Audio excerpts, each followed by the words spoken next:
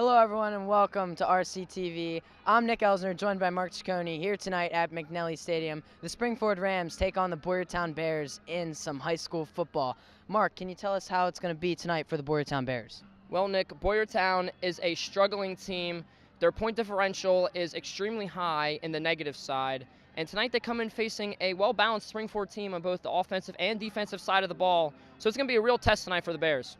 Thanks, Mark. Yeah, speaking about what Mark just said, Boyertown is not doing that well this season. They are in the rebuilding phase. They are 31 out of 33 teams in District 1 football. So, like I said, it is going to be a rebuilding year. So, Mark, now on to Springford. Can you tell us what's in store for us tonight? Well, Nick, Springford's having really the opposite season of Boyertown. They're number one in the Pac Liberty Division. They're scoring a lot of points, stopping teams on defense. Tonight, it's really just a game to get ready for the upcoming matchups. Yeah, as Mark just mentioned, Springford is 5-1 in the pack. They are on top. PV is in second place at 4-2. And Springford will be looking to tune up their game on the offensive and defensive sides of the ball tonight. They have OJR next Friday and PV 2 Fridays from now. It's a big matchup. They got to be ready for those two games. It's going to be a good one. We'll see you up at kickoff. Welcome back, everyone. We're here tonight at McNally. We're about to have kickoff. It's going to be a good one for Springford, Mark, like we've been saying. It's a tune-up. I agree, Nick, 100%. I wouldn't be surprised if we see freshman quarterback Ryan Freed. I was talking to James Begg, one of the offensive linemen for the Rams today, and he said, we're going to get out there early. We're going to be hungry. Don't expect to see Angro out there for too much. I like that. Protect your starter, get the young guys some reps, get them used to how the Springford football program likes to play their games. Yeah, I agree with you, Nick. Angro's here, first year as a starter. He's got next year as well. Groom and Freed so he can take the reins from him when his time comes. Thank you so much, sir. Hey, thank you for the lunch. Enjoy the game. Springford will be kicking off the ball to the Boyertown Bears. And we will have that in a moment for you.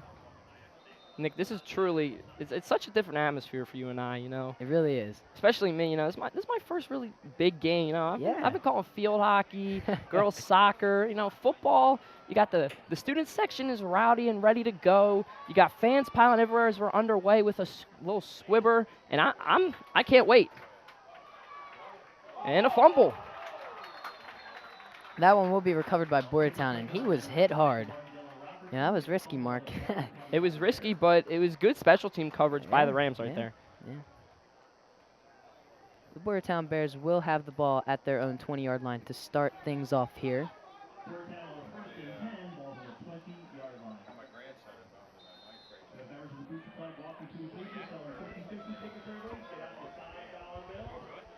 Last week was $775 for the winner.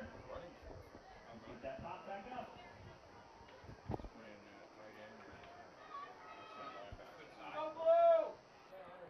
Look like a single back set here to open up, Nick. He takes a snap. It's a pitch. Tries to get around the corner. And they will pile on, and that looks like it'll be a loss of 1 on the play. But Nick, even though it was a loss of 1, he looked like he had some fire in him. Yeah, man. He's looking like a full freight train, but those big Springford defensive linemen said, sit down, son. So take a look here. A little pitch to the left side, and he breaks one tackle, but he gets swallowed up there. You see Walter Malicious. There's He's that ginormous. Springford defense. There's that Springford defense. At starting quarterback today for the Boyertown Bears, they have Noah Siegel. He's a senior, and he plays quarterback and defensive back. He's 5'10", and he weighs 155 pounds.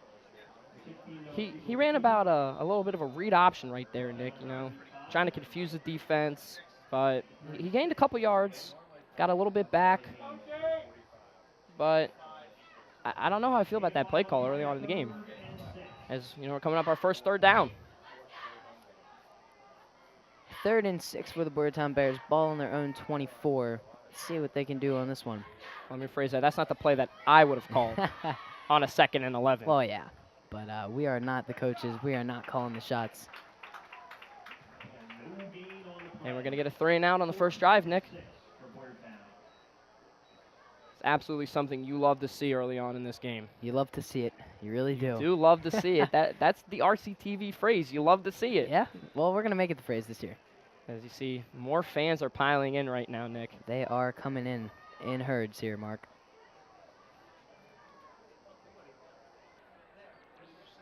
To punt for the Bears, Jamie Mosia. Leo Van Holst is back to return this one. For the Rams, the speedy defensive back, the senior. And Nick, Springford's going to start on Boyertown side of the field. That's always a good thing. It's always a good thing.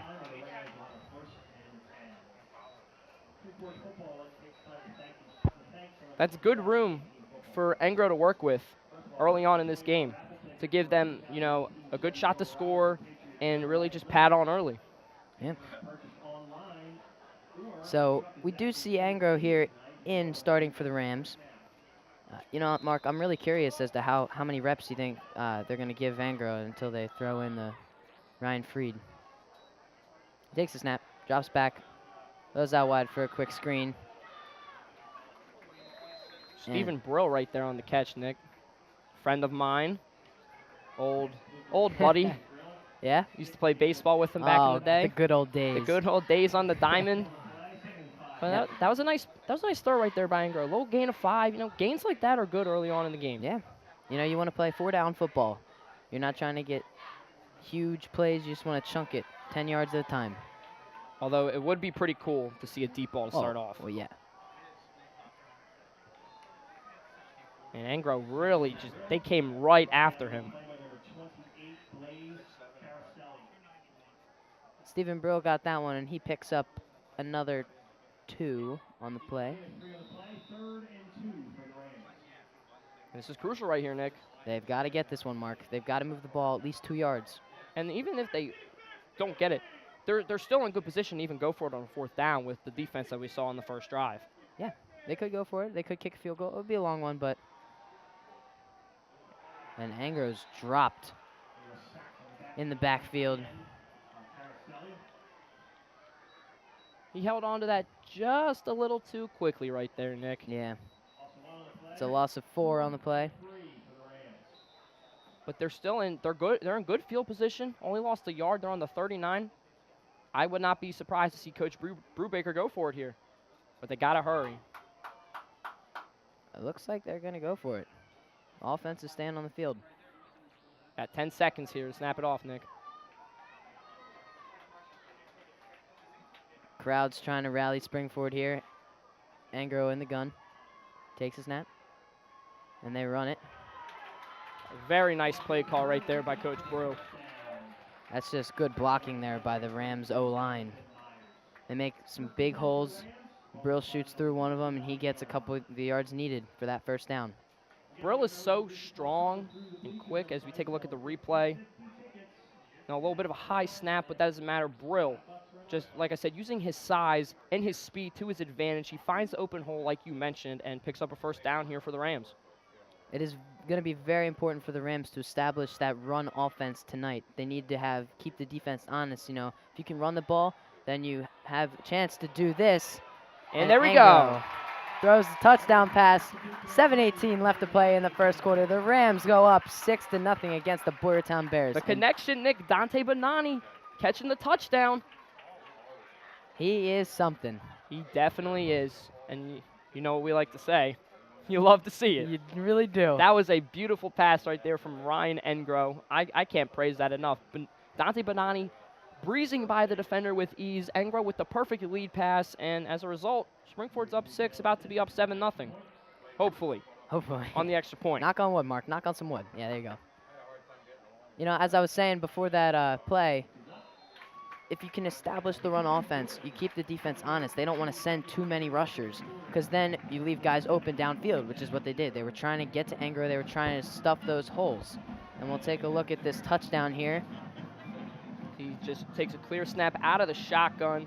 He gets hit on the throat, but that doesn't matter as Bonani catches it with ease and runs into the end zone for the score. he just got right by that Boyertown cornerback. It was just, I mean, he just a little shimmy and he got by him.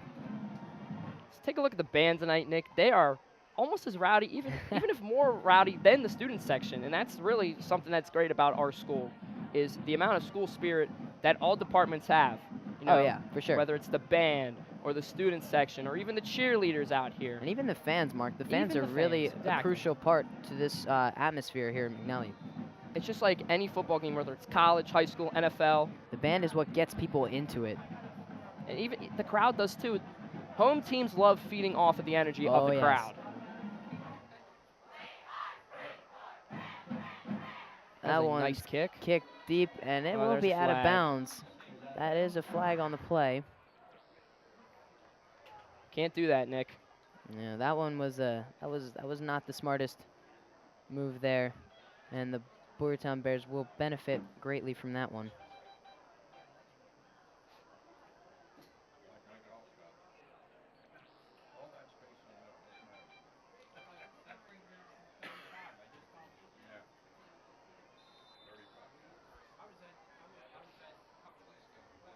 And was that a 15-yard penalty, Mark? I believe it is a I 15-yard believe penalty. it. Yeah. They're going to start around 34, 35-yard line. See if they can get something going here on their second drive.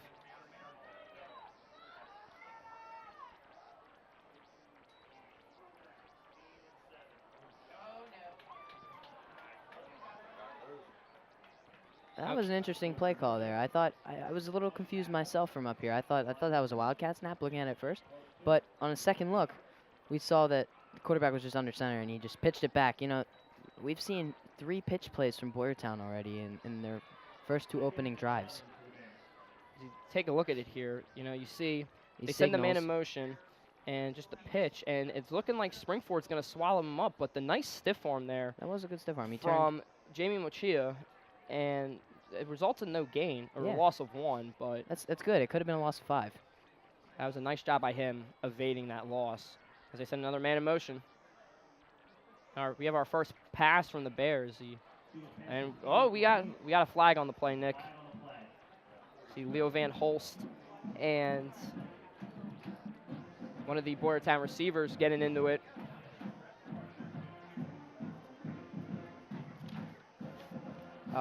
Brady McFalls, the senior. You know, the funny thing is about that is McFalls is 6'2", and Van Holst is a couple inches shorter than him. That was not a great fight to pick for Van Holst. Hey, And but Leo can take him. yeah. Leo he's a great player. You know, he loves to talk. Sitting in the student section earlier in the season, he loves getting the student section ramped up, and I love seeing that in a Oh, player. yeah.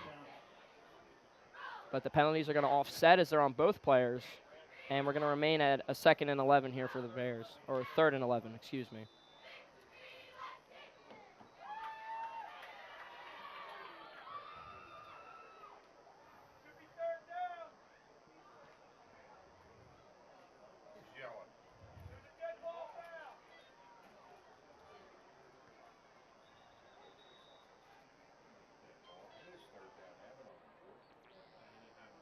There was some confusion there. The guy on the sideline with the down marker forgot to switch it to 3, so we resume. Oh, he's a lefty. I didn't even realize.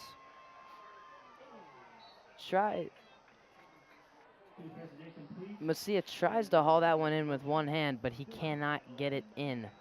And the Boyertown Bears will be forced to punt for the 2nd time in a row.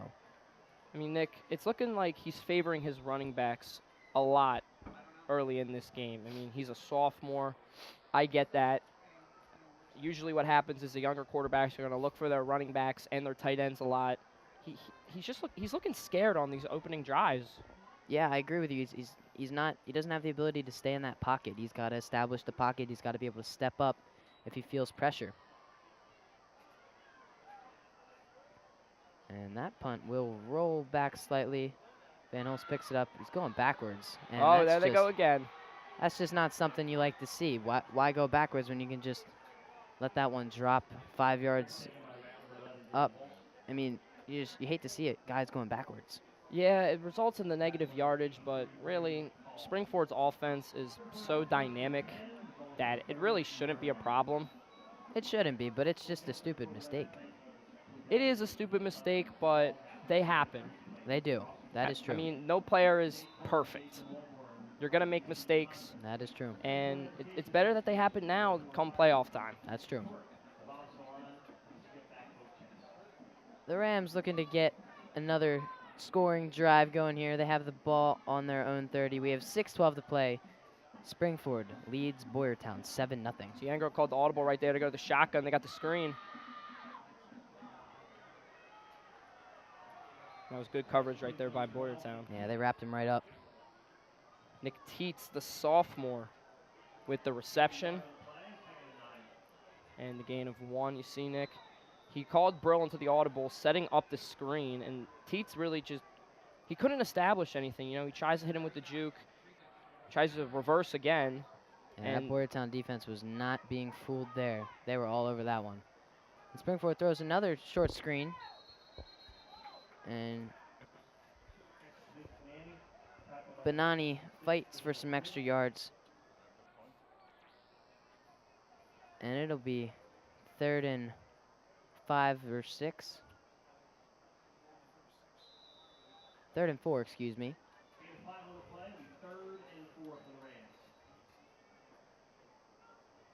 And these short third downs they're good. You never want to get in a situation where you're facing a 3rd and long in your own territory.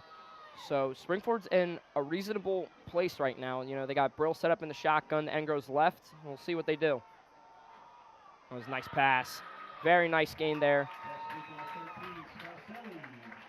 Scarcelli with the first down for the Rams, and that's just how dynamic the offense is. First you see Angro go to the left a couple times, then they switch it up, he goes to the right. We haven't seen any run plays yet from this Ram offense, but you know, that's Coach Brubaker's job, and I trust he knows what he's doing. The Rams are 5-1 on the season this year, 2-0 in the pack. Good stuff coming from them. They've got 2 tough matchups in the weeks to come. It is, and those are definitely games they're going to have to game plan heavy for as Baker sends in motion as they overload the left side. 4 receivers as they send Brill back in motion. They're going to dump it off to him right there. And he fights to try and get 1 yard on the play. And Nick, that was a very interesting formation. Yeah. First they send Baker in motion, so they set up 3 wide receivers to the left, and Brill was even used as a wide receiver, so really they had 4 to the left, and they singled out the man on the right, so you maybe think they would try to get it to the man on the right, but instead they go shotgun run up the middle for a minimal gain. I think that that one could have been called either way. Angro could have called Brill back in to take the handoff, which he did, or he could have dumped it short to one of them, and he has 3 blockers out wide to try and get some yards up the field on the sideline. Angro takes a snap, drops, and he will be sacked. That's the 2nd sack already for Boyertown. And I'll bring up a 3rd down. Brady McFall's on the tackle for the Bears.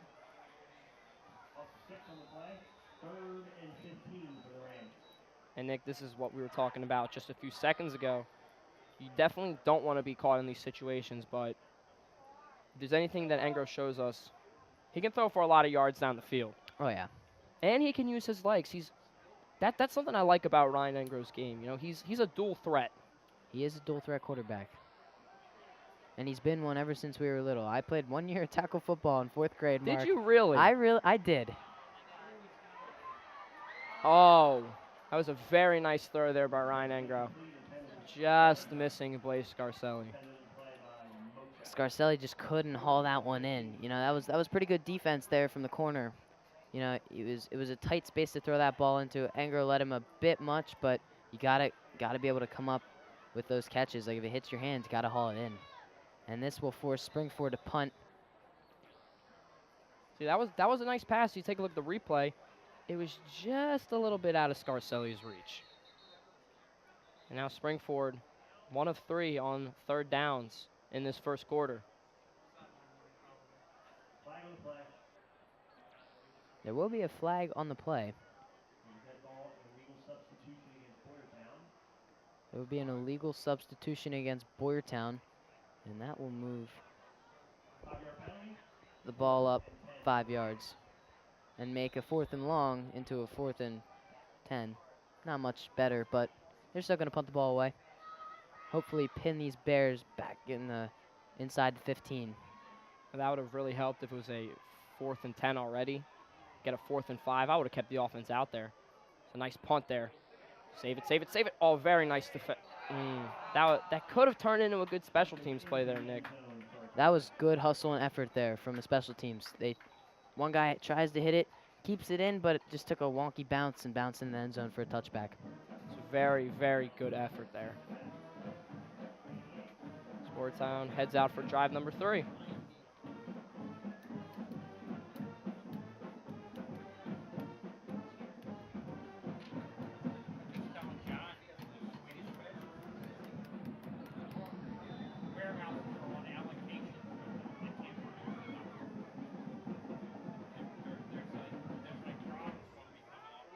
And there goes that running back again. Single back for Boyertown to start off this drive.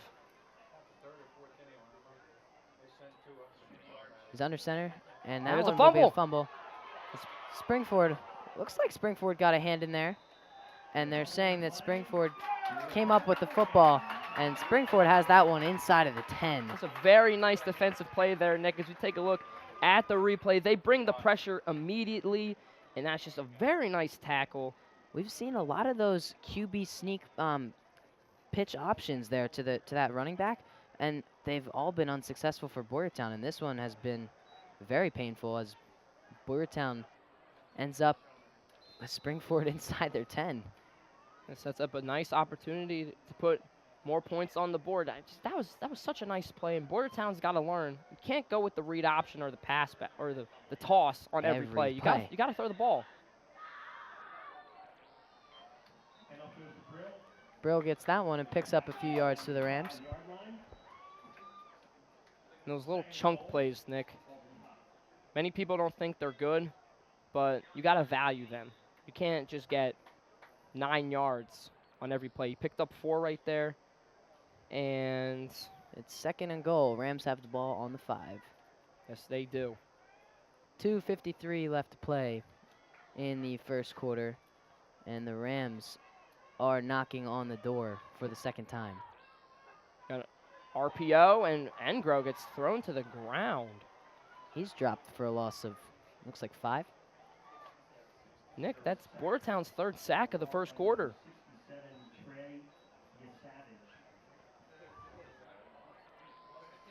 And this Springford O-line's got to do a better job protecting Ryan Engro. Let's see what they bring out on 3rd and goal. We see 3 receivers left. Brill lining up as receiver 2, Nick, on the left. 1 right. Engro drops back. There's a flag on the play. He fires incomplete to Brill. That one just out of reach for Brill. Well, let's see what this flag is. It's on Boyertown. It's a sideline warning on Boyertown. I've never heard of that before. Neither have I. In all my years of watching football, but bring up a 4th down. Taylor Smith's going to attempt a field goal to put the Rams up 10-0.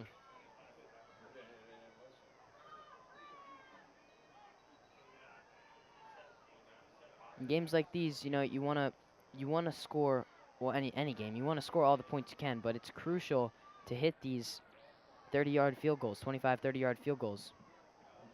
And he's going to do just that. Springford doing what they need to do, converting in the red zone. You can't pass up those red zone opportunities when you're 20 yards from the goal, especially when you get inside like they were from the 9. That's a good job by the offense. It didn't result in 7, but 3 is better than 0. That is true, Mark. That is true. Take all the points you can get. But you definitely want more. And I'm gonna contradict myself. Just take a look, another beautiful shot at our band. You know, Mark, I have some friends who are in the band, and I don't remember exactly how many, but it's a ridiculous number of times that they've won the state championship consecutively. Our band program is super good here at Springford, and like you mentioned earlier, they just are really good at getting everyone in the spirit of football, Friday night under the lights. It's a beautiful thing. It really is. It really is. And back to the point before we talked about our phenomenal band, I didn't want to contradict myself saying that 3 was better than nothing, but you really want a touchdown right there, especially when you're at the 9-yard line and it's just a hard opportunity to pass up. And the Rams make a great defensive play there on special teams, trapping the Bears inside the 15. I think I lost my mic for a second. Just trying to talk, and it just, all I heard was psst.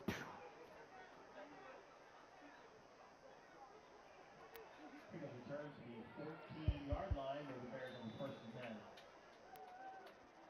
The Bears have the ball on their 14-yard line with 1:50 left to play. The Rams lead the Bears 10-0 here in the first. And let's see if they come out with a different set here. And it's not looking like they are.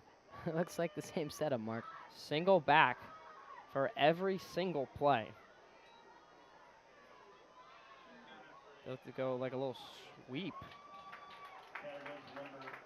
Jonathan Myers 33, Jonathan Myers. takes the carry. Number 8, Nick Delgado.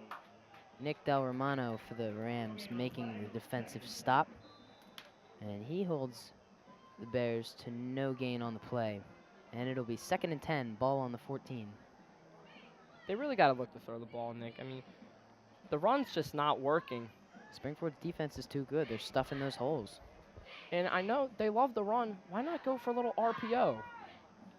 You know, I agree. Keep the defense on their toes. You see another, same thing, just to the other side. Into a different player. Tries to get outside, and he'll pick up a few yards on the play. Dylan Robertson, the senior, on the carry. 6 for the Rams. David 8 on the play. 3rd and 2. Take a look at this play, Nick. As you said, it's just legit a mirror image It's of just the a play they sweeping ran motion. on first down. Yeah, just a sweeping motion to the opposite side. And the Bears have the ball on their own 22. It's 3rd down and 2. Single They've got to back make again. something out about it, this Mark. They gotta get a first down. And we have another fumble. The first quarter's winding down. 18 seconds And left, Springford gets it back. and Springford has recovered their 2nd fumble of the night. As we take a look at this replay here, it was just knocked out of the hands of Mosia there. He just couldn't hold on. He was literally just knocked right out by one of the linebackers. I guess they're not listening to us, Nick. You got to mix it up. You just can't run. It's not Madden. You don't have Ezekiel Elliott or Leonard Fournette out there. Wouldn't that be fun, though? Oh, That man. would be fun. Well, let's see what our guy Engro can do here. Engro takes a With snap another with good 15 seconds opportunity. left, and that's a QB sneak. He's using those legs, and he gets wide out of bounds. That was a very good play right there by Ryan Engro, especially getting out of bounds with 9 seconds on the clock. It's not, the second half as we take a look at the replay. You know, Yeah. he uses those legs. He surveyed, looking for the run pitch option there, and it wasn't there, so he just decided to take off on his legs, and he knew he got to get out of bounds to stop that clock. It's a very smart play by the junior, and it sets up a 1st and goal for Springford. Here we go again, Mark. Fans in the crowd are saying we want a touchdown, and I think we do too. I want a touchdown. I want a touchdown. So they send Teets in motion. So receivers to the right now. And one. Brill is swallowed up there, and that will run out the first quarter. Welcome back. We're here for the start of the second quarter at McNelly. The Rams lead the Boyertown Bears 10-0. As we take a quick recap of the first quarter, the Bears had 3 sacks on Engro, but the Springford Rams defense forced 2 fumbles on the Bears offense. Engro threw to Bonani for 1 touchdown, and Taylor Smith had 1 field goal for the Rams. And we're knocking on the door again, Nick. 2nd and goal, 9 yards to go. And, that's a flag. I would call that a flag, but it doesn't matter. Stephen Brill runs it in for the 9-yard touchdown. And that's exactly what you want to see from the Rams here. Come out, start the second quarter strong, get it off on a good note, get that high energy going. Absolutely, Nick. And, you know, there was a penalty on that play. And he didn't let it affect him. He plowed through, like a freight train. You know what that reminds me of, Mark? And the Rams will go for the extra point here. The hold is up, and the kick is good. The Rams lead 17-0. But back to what I was saying. That reminds me, my freshman year in the soccer team, they were talking about one of the guys. We'll take a replay here. Replay, Nick. You know, shotgun run up the middle. And if you take a look right there, he's holding his jersey, but he's like, get off of me, man. And he just gets into the end zone. Real nice play there by Stephen Brill to put the Rams up by 17. He just bowls into that end zone. Anyway, but back to what I was saying. One of the soccer guys was asking if, when he gets older, he's going to buy a Ferrari, if it would be legal to put a train horn on the Ferrari. That freight train horn. I don't know. I thought that would be fun. That sounds awesome. You know how fun that would be? Just coming through, you just hear the choo-choo. Dude, that'd be tough. In the Ferrari. That'd be tough. And the Rams are set to kick this one off to the Bears. It's been going so far so good for the Rams as we've expected. 17-0. 0 turnovers to the Rams. They've recovered 2 fumbles. And 2 of 2 in the red zone. Yeah. Taking advantage. 2 of 3. 2 of 3. Yeah, we had 1 field goal in the red zone. No, that's still good. True. That is still So good. 3 of 3. My bad. I was thinking touchdowns. As the kick is returned, this man is fast. And he gets out to the 25 for the Bears. Relative to a touchback. But, Nick, the red zone, a little explanation for those of you at home. It's inside the 20-yard line. I don't know, was Engro's touchdown to Bonani, was that inside the 20 or? I believe the ball may have been inside the 20. It was probably around actually, no, it wasn't. It was probably around the 30-yard line. So, no, that would not be considered in the red zone. It's just a little quick demo brought to you by RCTV. Boyertown's going to set up shop. And, Nick, I don't know if this is going to surprise you, but they're in single back. Hey, Mark, looks like they've got that same. Oh, he threw the ball, throws it back. A little Philly special. Oh. Wow. Wow. And he is fast. That's. Mokio is gone from the time he caught that football. That was a great offensive play by the Bears. The Rams were completely stunned by that one. They had no idea that was coming. You know, Nick, I wish they had cameras in the booth to see my reaction to that play. Dude, our reactions were like jaw drop. Now, I believe they threw it to Connor Rohrbach, who is another one of their quarterbacks.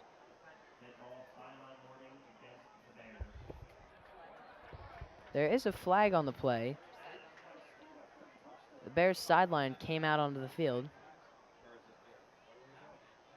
So I don't know. It's still a touchdown, but Brubaker is saying that they need to bring it back. But back to the play, Nick, and back to the whole camera in the booth thing. That was stunning. That was good. That was a very nice play. You know, we're talking about you need to stay away from the run. You need to pass the football, and they do that just there. And you know, maybe this will bring a little bit of confidence to Boyertown. Maybe. And I think from that penalty, the extra point will just be backed up 5 yards. You got to stay off the field, Nick. We've seen that before, and not even in football and basketball. I'll never forget the infamous Pioneer Athletic Conference Championship, Spring Ford and PV a couple years ago. Oh, it's blocked. That's a great defensive stand by the Rams. They answer. They're fed up that the Boyertown Bears just stunned them with that play, and they're just going to say, you know what, we're going to stun you back. Can we take another look at that? Let's take a look at this, Nick. Wow. It was Rohrbach just throwing a throwing to Mokia. The pass was a little funky. It was a little wonky, but he caught it, and he ran it back for a touchdown.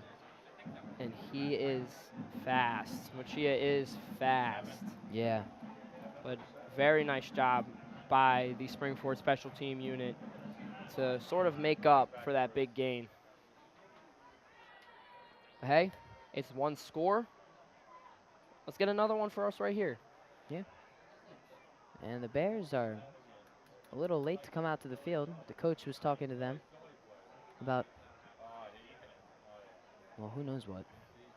Probably telling them to stay off the sidelines. No, to stay on the sideline. Don't rush the True, field. true. My mistake. That's all right. I've never seen 2 sideline warnings. I've never seen a sideline warning until tonight. Yeah.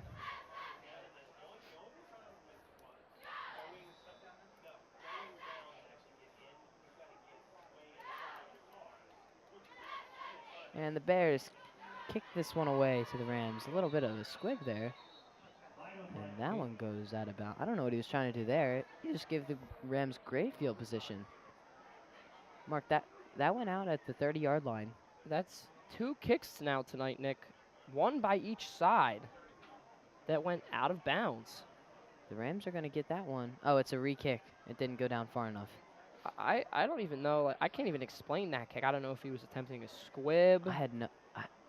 Maybe it just slipped off the tee. Yeah, we'll go with that. We'll give him the benefit of the Yeah, doubt. we'll just say we'll slip off the tee. That's, didn't mean for that to be a tongue twister, but they're going to get a re-kick. Second life for Declan Coyle, the junior, the 5'8 junior. No, To be specific, they're going to do it again. Just give us the ball. At the I 50 struggle at this to point. understand what was the point of that play. You know, Nick, I wish I could tell you. Yeah, so the Rams will have great field position, and I guess we'll just go with the. Is Oh, this the so third re-kick? Third attempt at a kickoff. this is ridiculous. I've never seen anything like it. Oh boy, this is interesting. Just get the ball in the air, buddy. I believe in you. Oh, he can get the ball in the air. I played soccer with him. Did you now? I did. I think that the coach was. I think that's what the little pregame huddle or the play huddle was. The coach is probably telling him, maybe try and get a squib or an onside kick here. I don't know why he would onside kick it. They still have 11:36 left to play in the second quarter, and they're down by 2 scores. Yeah, it's the second quarter. It's an 11-point game, and I don't even know what's happening at this point. You know what? I think the refs are just as confused as we are. You go from an extraordinary offensive play to struggling to get the ball kicked off. Yeah, I don't know. It's well, this has been entertaining. This has definitely been entertaining. Especially with, again, I'm going to keep talking about that play the whole night. That's a good kick right there. And it's going to roll out in another flag. Oh, my goodness. At least this time he got it on the Springford side of the field. Yeah. A little deeper than he did before. So the Rams will get an extra 15 yards from the spot where the ball rolled out of bounds. And that'll be at about the 20. Huh? Ryan Enger is going to get good field position once again.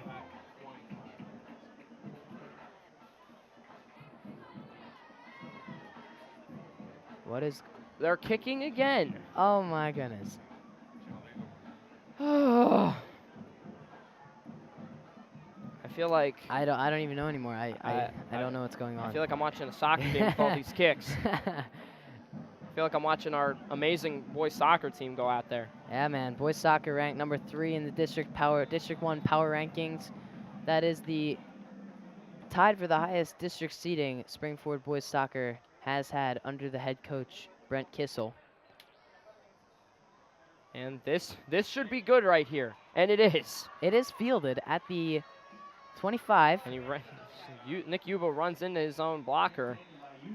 But and he will get up to the 41-yard line. Still excellent field position for the Rams. Very good field position. It's just I've never seen anything like we just saw. Do you know what happened with the 4 re-kicks? Yeah, the last one was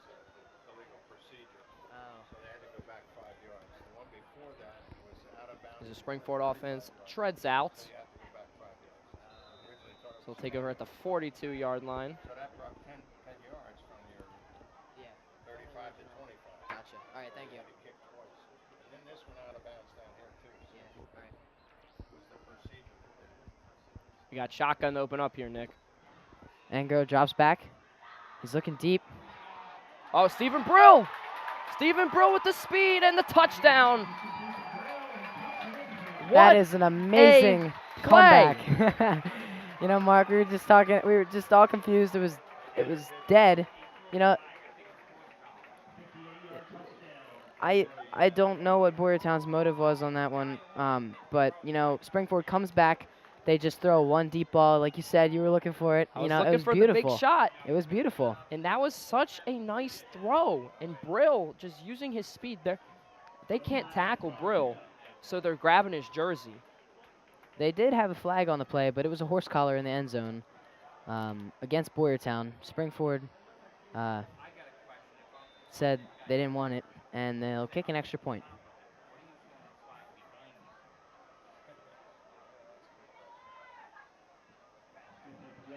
And the extra point is up and good. Smith remains perfect on the night.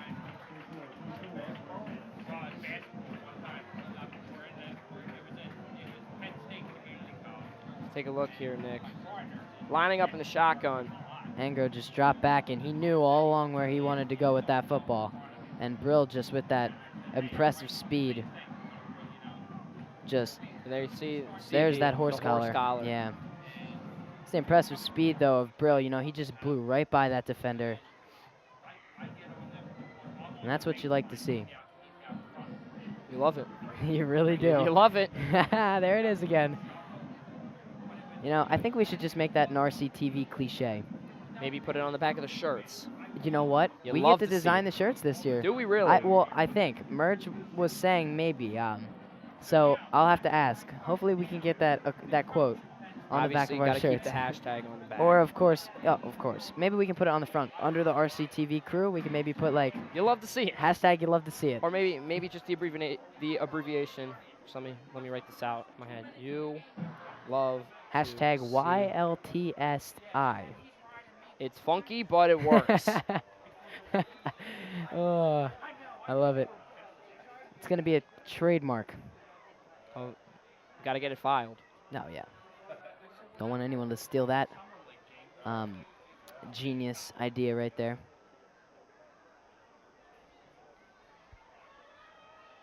Taylor Smith ready to kick this one away. And There's a flag on the play. maybe we should just get rid of kickoffs. You know what, Mark? I think that we should just have them like the old school two-hand touch football. You know how you kickoff was you threw the ball down as far as you could? I think we should just do that. Or maybe just go to college playoff rules where you just start at the 25. No kickoff. I like No it. kickoff. I like it. Because tonight, just neither team can kick the ball off without there being a flag. Yeah. That would be offside on the Rams.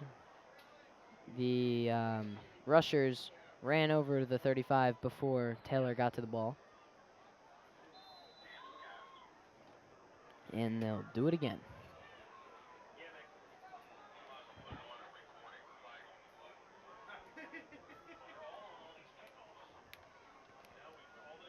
You know, Mark, there have been 5 flags on kickoffs tonight.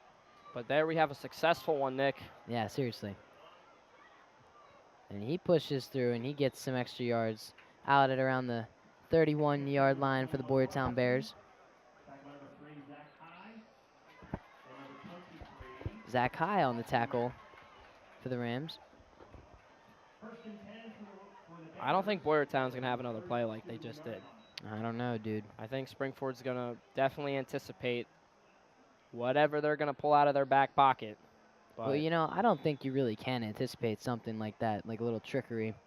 That's the whole surprise element. that is true. But you definitely think Springford is going to be a little more anxious on this possession. Yeah, I feel like they're not gonna. Yeah, they have 4 set up on that front 4 or 5. No, 4 set up on that front line. This is an interesting setup right here, Nick. You got like a double back set. Yeah. They take the handoff, and Springford was all over that one. Maybe got a yard. I've never seen a setup like that. I've never seen, I see the single back or a setup where you have the quarterback lined up under center, you got the fullback and the halfback, but it looks like they lined up 2 halfbacks next to each other. It's just very confusing. It I is don't understand. Very confusing. Like, I mean, I don't know. But hey, whatever works for them. Well, is it really working, Mark? No, but I'm just trying to shed some light on the situation. Yeah, well, we appreciate it. They did gain 3 yards. Here we go. Same formation again, and it's a pitch this time. But they're gonna they're gonna swallow it up. Yeah. They're gonna swallow them up. But ball comes loose at the end. It was DJ already blown dead. Francis looking like he was the main man on the tackle right there, along with James Albert. Very nice defense right there by the Rams. And Nick, I'm pretty sure Rothermel whispered in my ear that is a wishbone formation. I don't know if that's 100% accurate, but we're going to go with it. All right. So don't be surprised to hear lining up in the wishbone. 3rd and 10, ball on the Boyertown 32. 9:50 left to play in the second There quarter. it is again, the wishbone. The Rams lead the Bears 24-6. And he's hit as he's throwing, and that one will be incomplete. Nick, that was a bad offensive possession. Excuse me, offensive set by Boyertown. It's another 3 and out. You take a look at this last play. I don't know if we're going to get a replay on it, but that last play, the quarterback ran into the running back. He had no idea, and that's poor communication on the Bears. Well, that's what happens when you crowd the backfield, Mark. You know, you run out of space. You can't be doing these wishbone formations. It's too wishful to think like that. It is too wishful. That was a very good pun. Thank you. I'll give you a 9 I out of 10 enjoy. on the pun. That was a bad snap, and they're gonna run for it. He's gonna try and get it. He will get the first down on the 4th down conversion. We got a ruckus on our hands. That was a big hit. I could feel that from up here. Dude, he got dropped. And Springford, Looks like Leo Van Holst came up with that hit. I don't know if we got the ball or...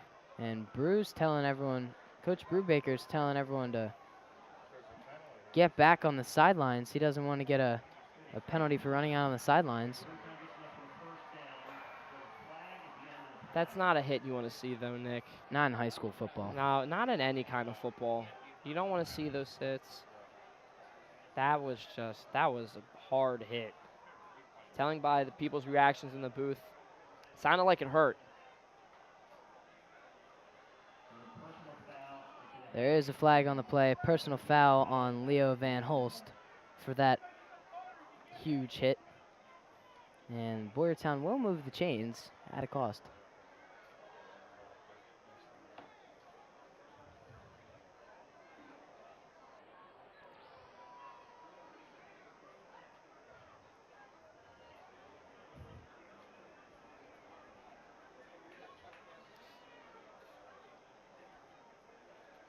And I don't think Coach Brubaker's too happy, Nick. Yeah, he looks a little flustered. And hopefully that Boyertown player is going to be okay. That's just something you don't like to see. You hate to see it, in fact. You really do. And Boyertown's going to get the ball back. And they have great field position, too. I get it, the adrenaline, it's pumping. But still, you got to keep your head. You can't make a hit like that. And in the NFL, they're strictly against that now. And I know players hate it, but it's for the safety of the players. For the safety of the players, you got it, Mark. And once the NFL does something with rules, every other league below it follows in suit. And it's just, like you said, for the safety of the players, just to try and keep each generation healthy and promote good welfare and exercise for these young guys. Minimal gain on the play, and there's another flag. I've seen so much laundry thrown in this first half. It's ridiculous. It It is really ridiculous. It's like you're watching a preseason game. Is. I don't know if you remember the first Eagles game, Nick. I think there was 20 penalties in that game. Sounds like an Eagles team from 2015. Don't remind me. Please don't remind me. Another personal foul on the Rams, and Brubaker is really not happy about this one. See, he is legit on the field right now. The headset is off. Hands coming up, questioning, like, what? Why? That just does not make him happy. I'm ready to see the visor fly off. Oh, no. No. I mean, you know what they say about coaches and visors. What do they say? They win football games. Well, I hope that's true. I think he's going to call a timeout here, Nick, his first of the half. Yep, Brubaker does call the timeout. If I had to guess what he was saying, he's probably just telling him, you know, calm your emotions, keep your heads. You know, we've given up 30 yards in 2 penalties, which is ridiculous. It shouldn't happen. You gotta play smart. You're only up by 3 scores. Only. I mean, there's so much time to play. though. There is a lot of time. to play. 9:25 left in the second. Boyertown has the ball. 1st and 10 on Springford's 23. The Rams do lead the Bears 24-6, but you know, the Bears are approaching that red zone. Also, the whole visor thing, I made it up. Well, it was a good on-the-fly thinking. It just reminds me of good old Dougie P Yeah. in the visor. Yeah. But now we're focusing on the 1st and 10 from the 23. In the single back set I was mentioning earlier. In motion. Ah, And it's poor coverage right there, Nick. that was blown coverage.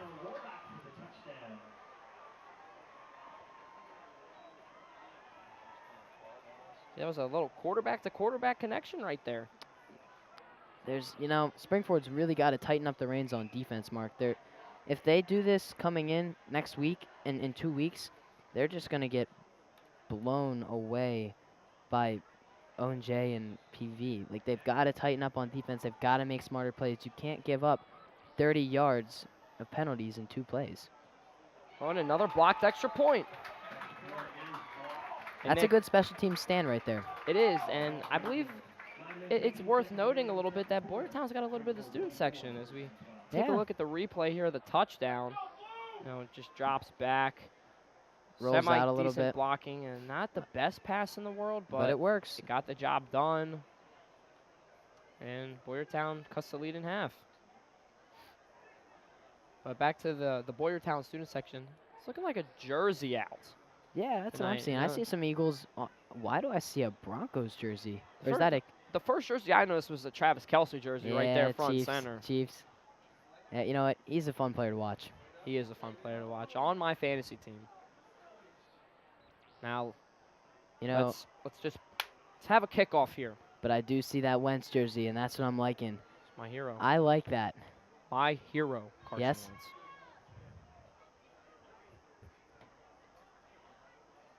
Let's The just- ref talking to Boyertown's kicker. He's probably giving him some advice. Yeah, he's telling him. I hate saying that, but let's just see a good kickoff here, yeah, guys. come on. Let's have a perfect kickoff, no flag on the play, and let's get this thing underway. Let's get the show on the road. It feels like the second quarter started an hour ago. Seriously. Well, we did have a time where there was. There we go. Pick it up. That was an interesting tactic, you know. Oh, Yuba. Very nice return there by Nick Yuba. That was beautiful. He got out to about the 45-yard line. A little spin move there, trying to sling a guy off of him, and it got an extra yard out of it. You know, Nick, as I'm looking at my phone here, I'm pretty sure the second quarter started at 7:33. Yeah, you know, there was a time, like I was saying before that that wonderful kickoff return, and we'll take a look at that real quick. He kind of bats it down like he's Playing can jam. yeah, like he's playing can jam, and then he picks it up off the ground. It took a good bounce for him, and he got up to about the 45-yard line. With the multi-sport star Yuba Yeah, using his speed to his advantage and sets Springford up at their own 42. Angro hands the ball off to Brill. And That's another horse collar. they're just I don't even know. They're just holding all sorts of things on Springford. They can't tackle him. Looks like that one kid keeps grabbing the jersey. I don't think you. I don't. That's pretty hard to like hold on to someone's jersey as they're running. Like I feel like it would just slip right out of my hands. Steven might need a new jersey after this game. It'll be too stretched out. Gain a 4 right there. One of those nice little plays. We got a single back here. Angro takes a snap. He drops. He lofts one up there for Brill, Oh! and he gets hit hard. Now, what I don't understand is where is the flag? That was helmet-to-helmet contact. That could have been worse than the play on the sideline. Like people are saying, I'm hearing targeting. Yeah. If I'm Brubaker, I'm trying to get in the referee's ear saying, where is the flag? I'm trying to look out for the safety of my players. Yes. And You really don't want to see that. Like, this is not the nature of Friday Night Football. it's all about fun. Not saying, I'm going to go out there and I'm going to give some kid a concussion. You don't want to do that. No. But it's going to... Angro trying to get that one out wide to Benani, and it's just a little high for him. And we're going to have a 3 and out, Nick. Oh, no. So Stephen Brill tonight, he's having a great game. He is having a good game. He has 1 rushing touchdown, and he has one pass touchdown. It's pretty good. You know, he got rocked on that last play, though. Let's hope Really that he did. is okay. And knowing Stephen Brill like I do, he's definitely fired up right now. Oh, and no, that block punt is punt. Pick it up, blocked. pick it up, pick it up. Man. It feels like we got like an energy reversal right now. Yeah, seriously. This is not the way I expected this game to shape up, Mark. You know, it's 24-12. The Rams are winning. 8:12 left to play, but it's 1st and 10. The Bears have the ball at half field. This is not supposed to be happening. They're 1-5 on the season. You can't take a team like this lightly. Yeah, you can't get complacent. You don't want to have a trap game in your home stadium. I mean, this game, just because you're playing the 3rd worst team in District 1 doesn't mean that you can't, like, you still got to go out hard and fight for it. You got to fight for the win. Who knows if they're going to be good or not? You Maybe do, they Nick. have injury. Maybe they've been plagued with injuries for the first 5 weeks. And we have another flag as we take a look at this play. It's going to come back. There is holding on that O-line, though. Got a legal block in the back, too, by number Yeah. 33. Not too much, though. You know, but the Rams really got to step it up here. They can't get complacent. They can't. They really need to get that energy back that they had in the first half. Excuse me, the first quarter. Yeah. And just continue to play at an excellent level on defense, you know. And this is a good opportunity for them. You know, it's 1st and 21. You know, you don't want to give up a huge play. It just maybe get a sack right here, force a turnover, and get that momentum back. That Springford defense has got to come up big. There's a flag on the play. Looks like there was some movement, and that ball will be coming back.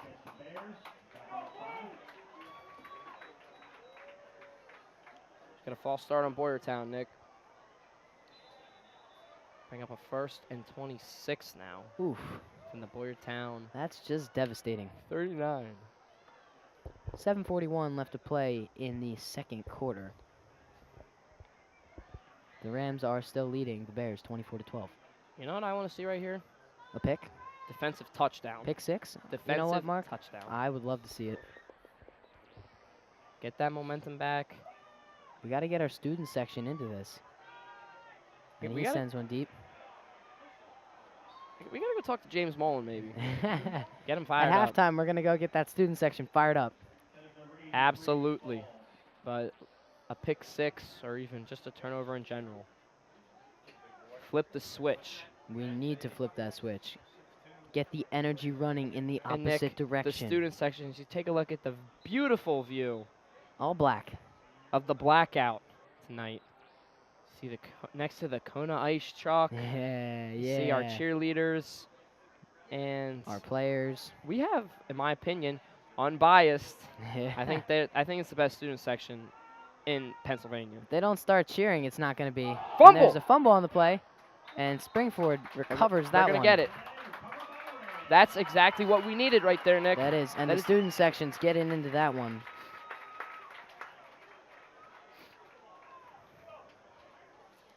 And something I just noticed, I'm gonna try to keep my voice down a little bit, but I think Boyertown's offensive or defensive coordinator is in the booth tonight. I did not know that. And I just noticed that looking over as you Let's take take a another look look at at this this play. replay. It was a run. Quarterback run, he just couldn't hold on to it. Yeah, he just got a hit right out of his hand. Yeah, that's a good defensive stand by the Rams. Very good defensive stand indeed, Nick. And we're gonna set up shop, maybe get Stephen Burrow a little hat trick.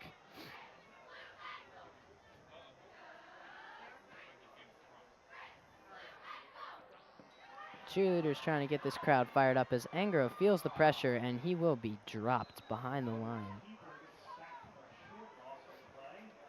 4th sack of the first half for Boyertown.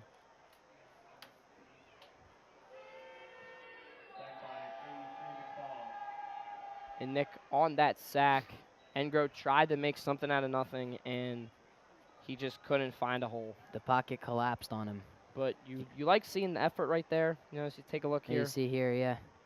You know, he tries and just gets brought down. You know, if that were Wentz, he would have done a little bit of Houdini and been down the field 20 yards on a run. You would have heard us going. He's escaping.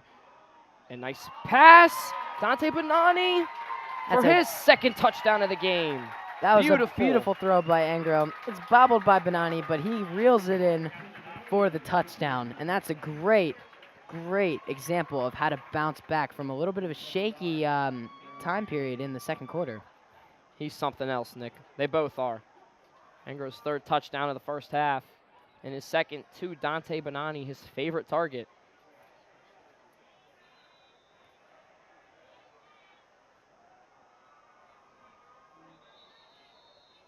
There's another flag on the play. Ew. Did you get that bug mark? I did get that bug. Oh, that is kind of gross. That is kind of gross. It's on my roster. Ew.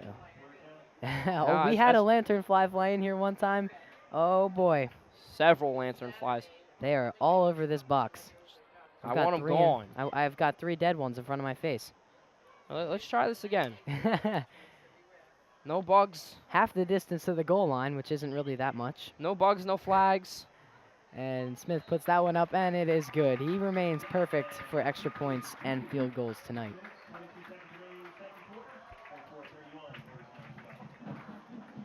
And Nick, We take another look at this play. Enger takes the snap. He drops back, and he fires over the middle. and I like seeing the bobble right there. Yeah, Bonani just he gets his hands on it, but they're not completely in the right spot. And then he was just athletic enough to make the adjustments mid-stride and bring that ball in. That's a great play. I believe he has 2 catches for 2 touchdowns or That 3 is catches. correct.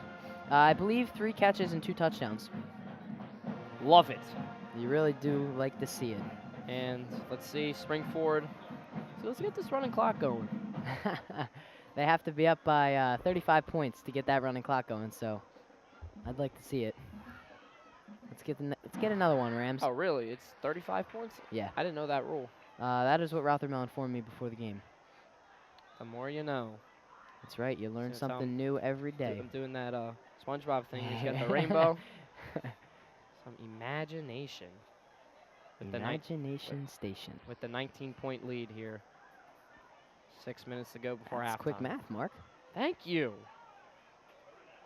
That's a good kick. Inside the 10, and he tries to switch the field, and he's going. Oh. I saw a flag. I saw a penalty right there. Oh, there's a block in the back. I saw 2 of them. There should be a flag. Thank you, sir. And Boyertown, again, ran out on the field. I don't know if they... There should be, again, another sideline warning, which will result in no touchdown. And not to mention the about 19,000 blocking the backs on that play. And look, he's hurt.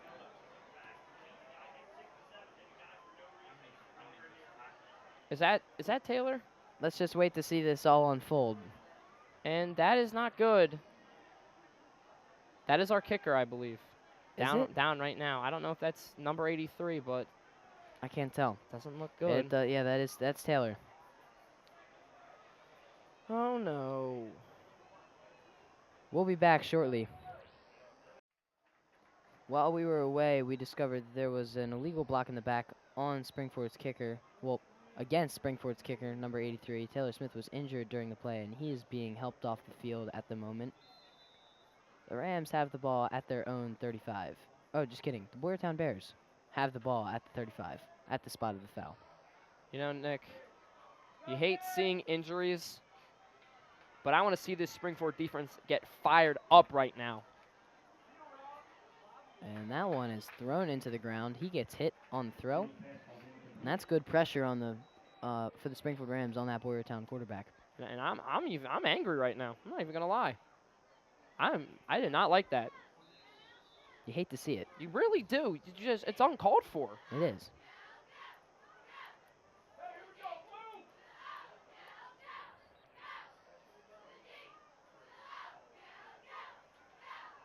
Second and 10, ball on the Springford 35, 6:02 left to play. The Rams lead the Bears 31-12. He's under center, takes a snap, hands it off. A little spin move there, and he picks up a couple yards. But what's good, Nick, is that we do have a backup kicker. That is good. His name is Grant Sillyman. And as you mentioned during the break, we like his name. I love his name. It just comes out nicely. Sillyman on the kick.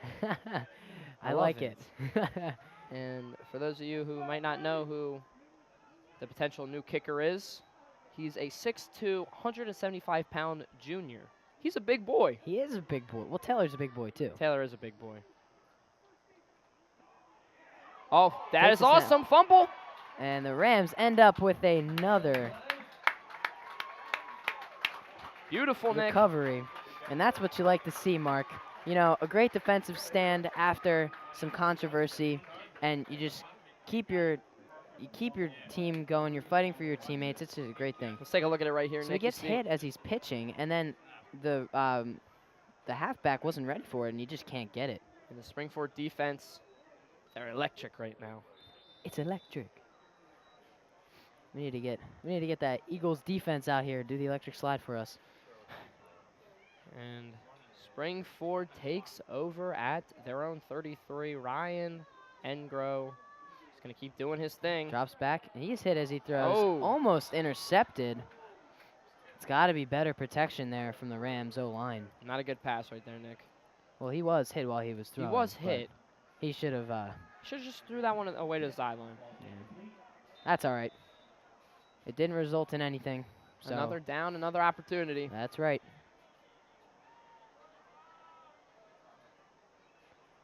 I still see more fans piling in to Coach McNally Stadium wearing black. You know, Mark, that reminds me of the middle school days when you used to walk around the warning track Oh, yes. because the high schoolers wouldn't let you in the student section. You know, I have 3 middle school siblings. As Stephen Brill Yeah, Angro flips on that the one off the grill. reception, and my goodness.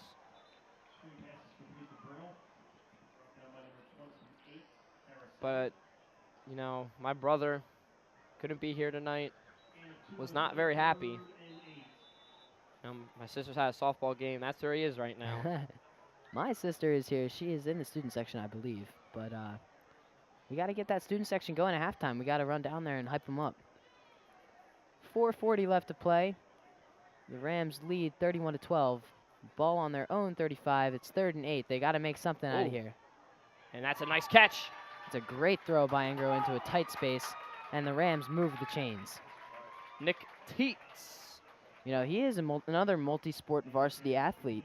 Really? Yeah, he plays. He gets some minutes. He got some minutes last year on varsity lacrosse. Did he really? Yes. Lovely. You know, Nick, I don't really know anything about lacrosse. And maybe this year, you know, I'll be another sport we can add to our list. Oh yeah. Now, me and Nick got girls soccer, field hockey. Well, you have girls soccer. I sadly was not able to call that Oh, girls that is soccer true. game. You and Brandon did that one. We still have that. We have field hockey. There's going to be more opportunities. This Engro's going to take it on the keeper. And he looks like he didn't gain anything on that play. We got basketball coming up in the winter. And of course, we've got baseball, Baseball, softball, and lacrosse in the spring. It's going to be a good year. It's going to be a phenomenal year. So for all of you loyal RCTV watchers, we appreciate your support, and we hope that you stay on to keep up with us throughout the year.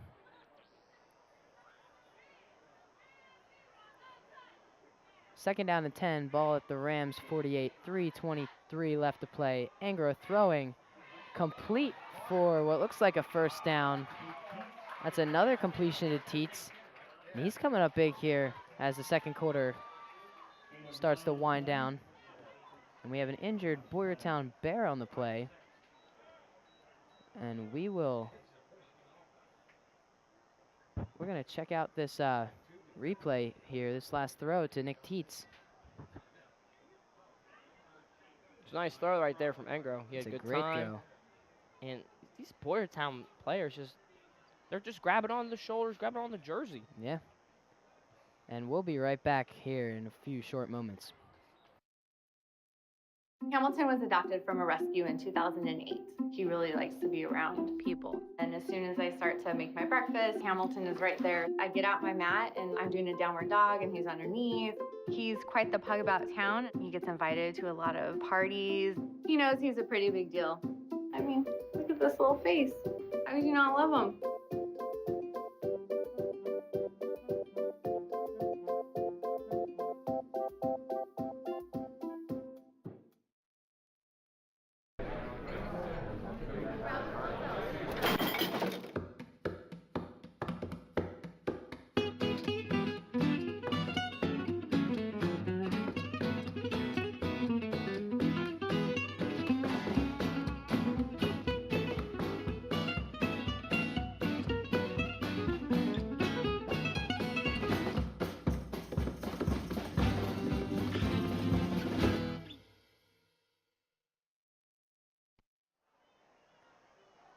As we head back out onto the field, we've had our fair share of injuries and penalties for both sides. There's 3:19 left to play in the second quarter, and it has been an eventful first two quarters. It really has, Nick. You know, we've seen a lot of touchdowns. A lot of unexpected things. You know, it's not shaping up to be the game that I thought, and that's a good thing. You know, it's keeping me on my toes. Me too. Me too. Even though I'm sitting, but me too. Figuratively, of course, Mark. Figuratively. Oh, You know, that's something figurative Miss language. Fairshant would have liked that one. She would have liked that one.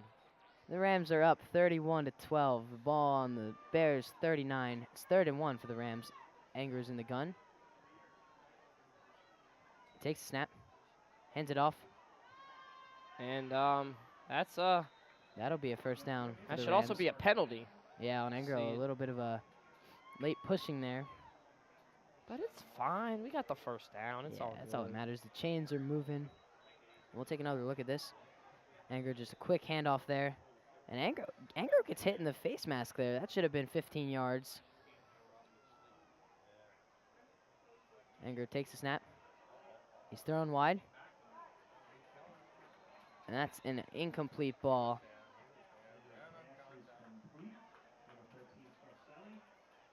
Blaze Scarcelli will haul that one in, excuse me. He was ruled down before the ball came out, and that will be another Rams first down. You know, Mark, the Rams are moving this ball very effectively late in the second quarter. They are, Nick, and you really love seeing, you know, the passing, the running, everything they can do to get the ball. And they're 3 yards away from the red zone, and I just love to see it. you really do. I'm really trying so hard not to say it. 'Cause Hey, it's got to be a cliche. It's got to be an RCTV cliche. that and also perfect opportunity, as I Oh, love boy. to say. Well, I don't think you've used that one yet. Oh, nice pass, Noah Baker. Anger For the floats one to touchdown. the end zone. What a great play. You know, floats it right up over the cornerback so that Noah Baker can just open up his arms, turn around, and have that one land right in the basket. That's Ryan Engro's 4th passing touchdown of the first half, Nick. And we are going to see for the first time, Mr. Sillyman for the PAT. That is a name that I love. It's just so much fun to say. Silman is what they're saying in the booth. We're not going to Excuse call us, him that. Silman. I like Sillyman. I like Sillyman. I feel like it's disrespectful to call him Sillyman, though. That was a boot. He's got a boot. He does. Silman. I apologize, Grant, for calling you Sillyman. And we're going to take another look at this Baker touchdown from Angro. Angro takes a snap. He has all the time in the world, and he just floats one up there. It's a perfectly slotted ball and just falls right into Baker's hands. Truly a beautiful sight, Nick, to put the Rams up by 26. With 2:30 to go in this first half.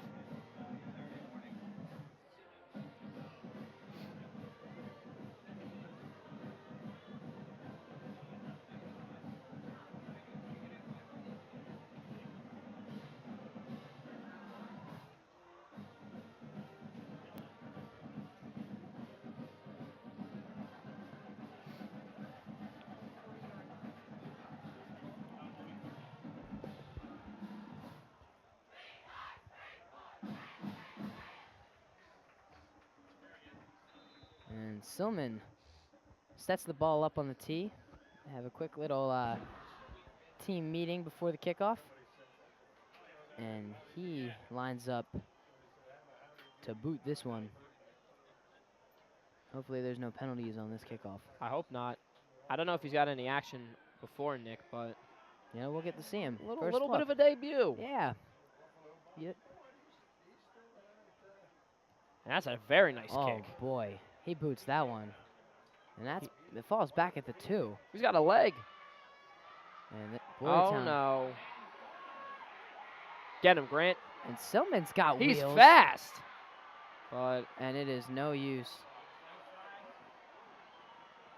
Boyertown runs back there second, and that would be Mokia. did I hear that correctly? Did I hear a flag on the play? I thought they said no flag on the play, Mark. Oh, I don't know. I believe that one will stand for a touchdown.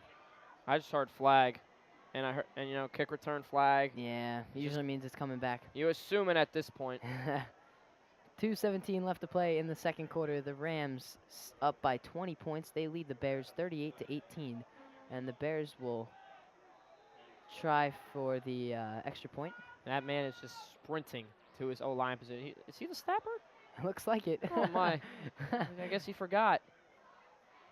And that extra point is No good. no good. That one goes right. Little wide. Lovely, That is good. lovely. You know, like we said earlier, you got to take all the points you can get, and if we can, even if they miss 3 extra points, it doesn't matter. I want to see another touchdown right here. for That's the another Rams. score. And the Rams just their defense needs to hold strong. You know, the Rams offense is doing a good job of keeping their defense off the field, but the defense isn't helping themselves. It's really not, and special teams isn't contributing much either. Yeah. You know, can we just take a second to reflect on that play? That's crazy. That kickoff return run back, that was 2 in a row that Mokia ran back, but the first one was brought back by penalty. There were 2 penalties on the play. But it's crazy that you can, I mean, it's rare to see 1, let alone 2 back to back. That's crazy. He's extremely fast, Nick. Oh, yes. And Coyle lines up to kick this one long.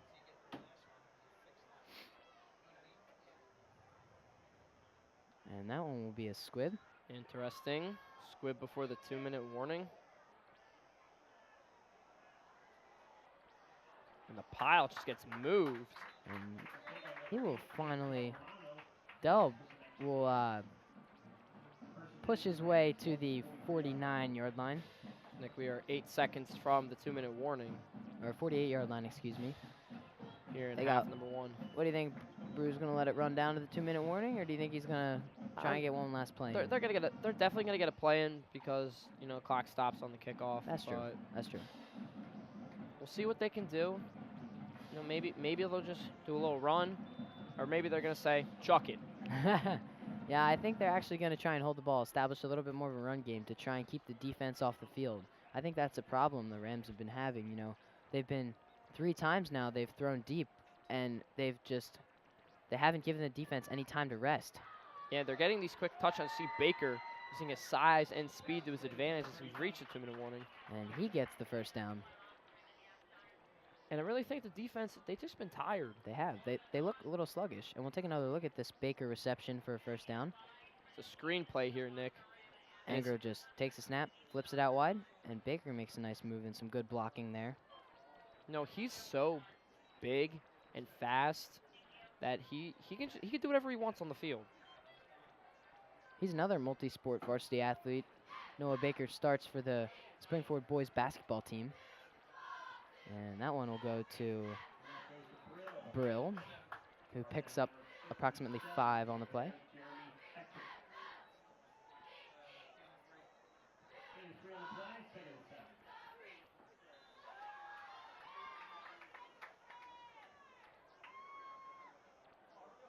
Excuse me, that was a pickup of 3 on the play. 2nd and 7, ball on the Rams 41. There's 1 minute and 30 seconds left to play in the second half. 38-18, the Rams are on top. Angro takes a snap, hands it off to Brill, and he gets a nice cut and gets upfield for some extra yards. And that'll be 3rd and 8. And Coach Brubaker will call a timeout. His second of the first half.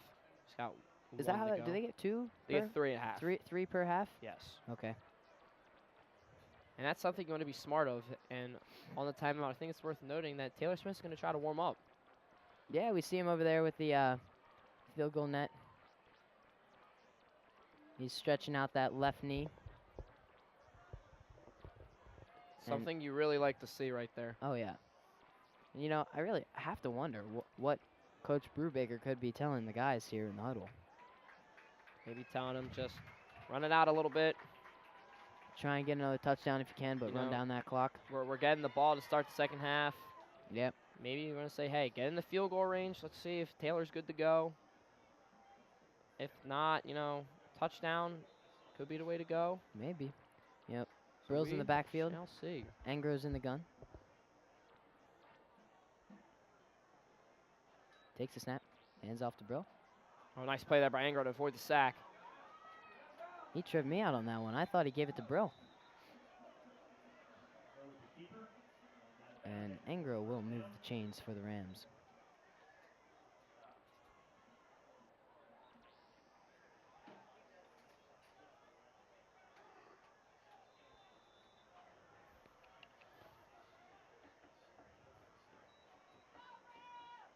This has been a long second quarter, Nick. Very long second quarter. It was because of those 4 penalties in a row on Boyertown kickoff. He's got plenty of time to throw. He's got a wide open receiver. It's Max Bunn for the touchdown. Max Bunn, great guy in our broadcasting I class. talked to him about this first period. I said, Max, boy. I want a touchdown tonight. And he supplied, Mark. He That is supplied. my boy. Congratulations, Max Bunn. And that was a great. Look at him, Nick. He's so hyped up. He's hyped. That was a great catch by Max Bunn. That was awesome. That was just impressive. Way to get open. And an impressive job from Angro. Way to keep his eye. He rolls out of left of the pocket, and that's hard to do. Throw on the run on your backside. That was a great touchdown. And here's Taylor to attempt the extra point. And he's going to get it through. That's awesome. Glad to see Taylor Smith okay.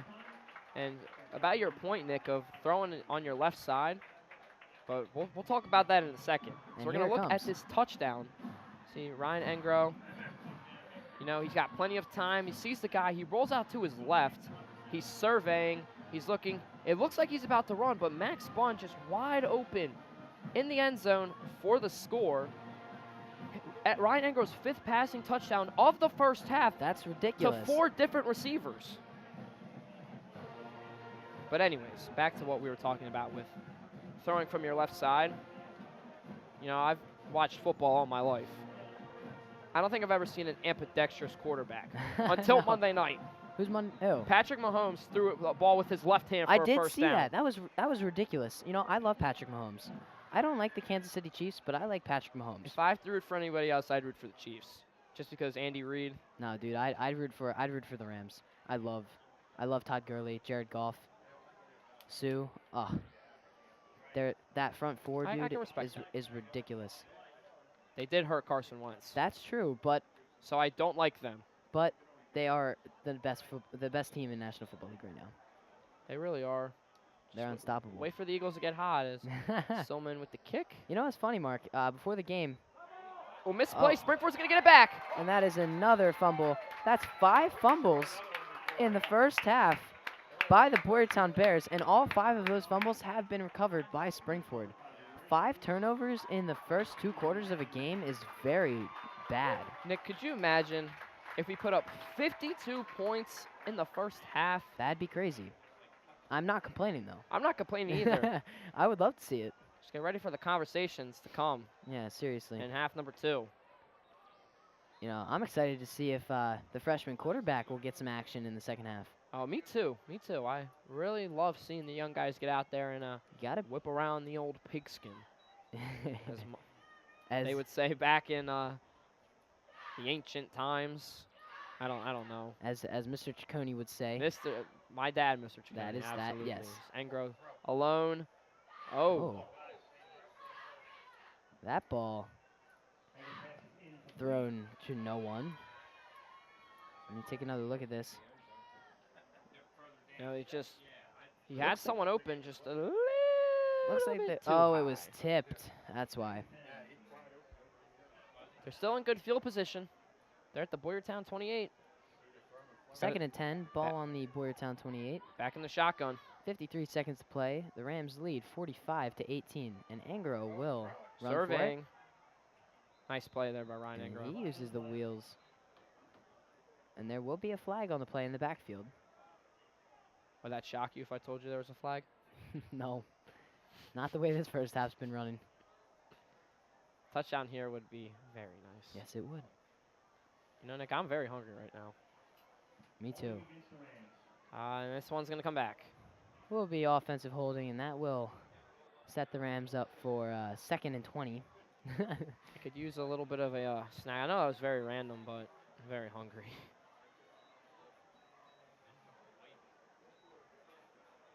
And I love nights like this, Nick.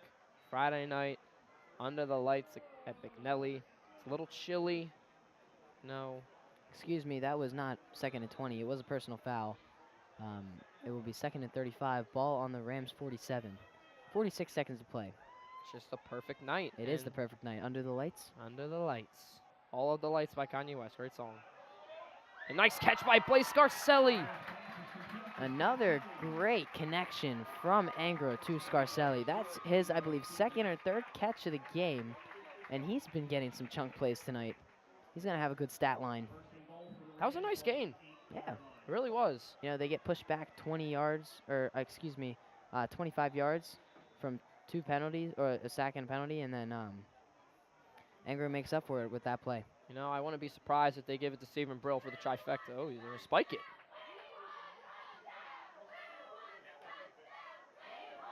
That was an interesting call. So we're going to take a look at the replay here, Nick. See Angro alone in the backfield in the gun, surveying, and just fires that one up. A nice spiral on Scarcelli. You know, his brother, wide receiver at Marshall, Boyertown takes a timeout. But that was a very nice gain there for the Rams, and I really didn't understand the spike play call I don't know. on 1st and goal.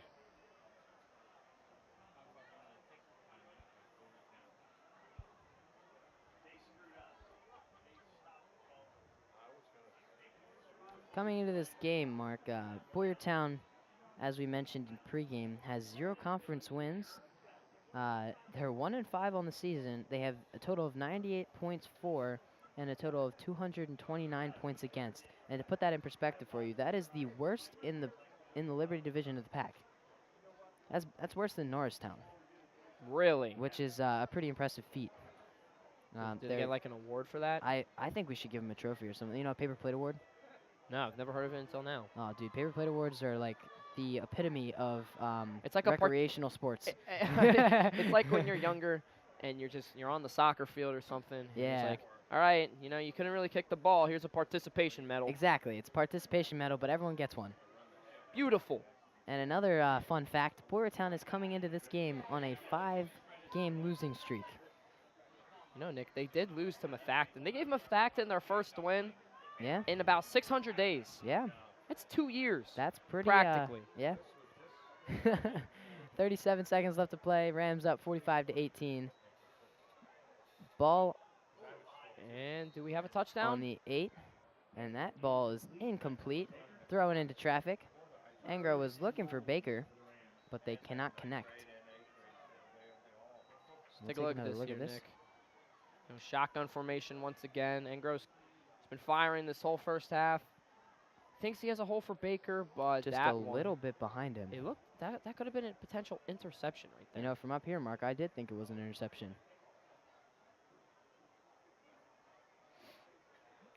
And the Rams will line up 3rd and 8 on the 8. 33 seconds left to go in the second quarter. And it looks like we're gonna have Flag on the play. potential neutral zone infraction on the Bears. False start against the Rams. Oh, Number 5. my mistake. It's gonna push us back to the 13 as a false start on Springford. It'll be 3rd and 13 on the Rams 13.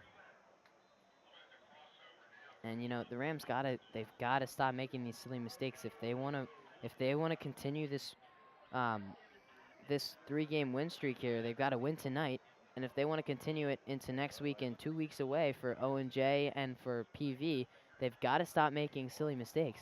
And is that a? They're saying he's out of bounds. There's a flag on the play. That was a great grab from Scarcelli. I was. You know, I thought he was in, but we'll see what the flag is on the play. I'd love to see a replay on that to see if he got a foot in. You know, nothing gets challenged under 2 minutes. I don't know if they're allowed to challenge in high school football. I don't believe they are. Here we But- go. Take another look at this one.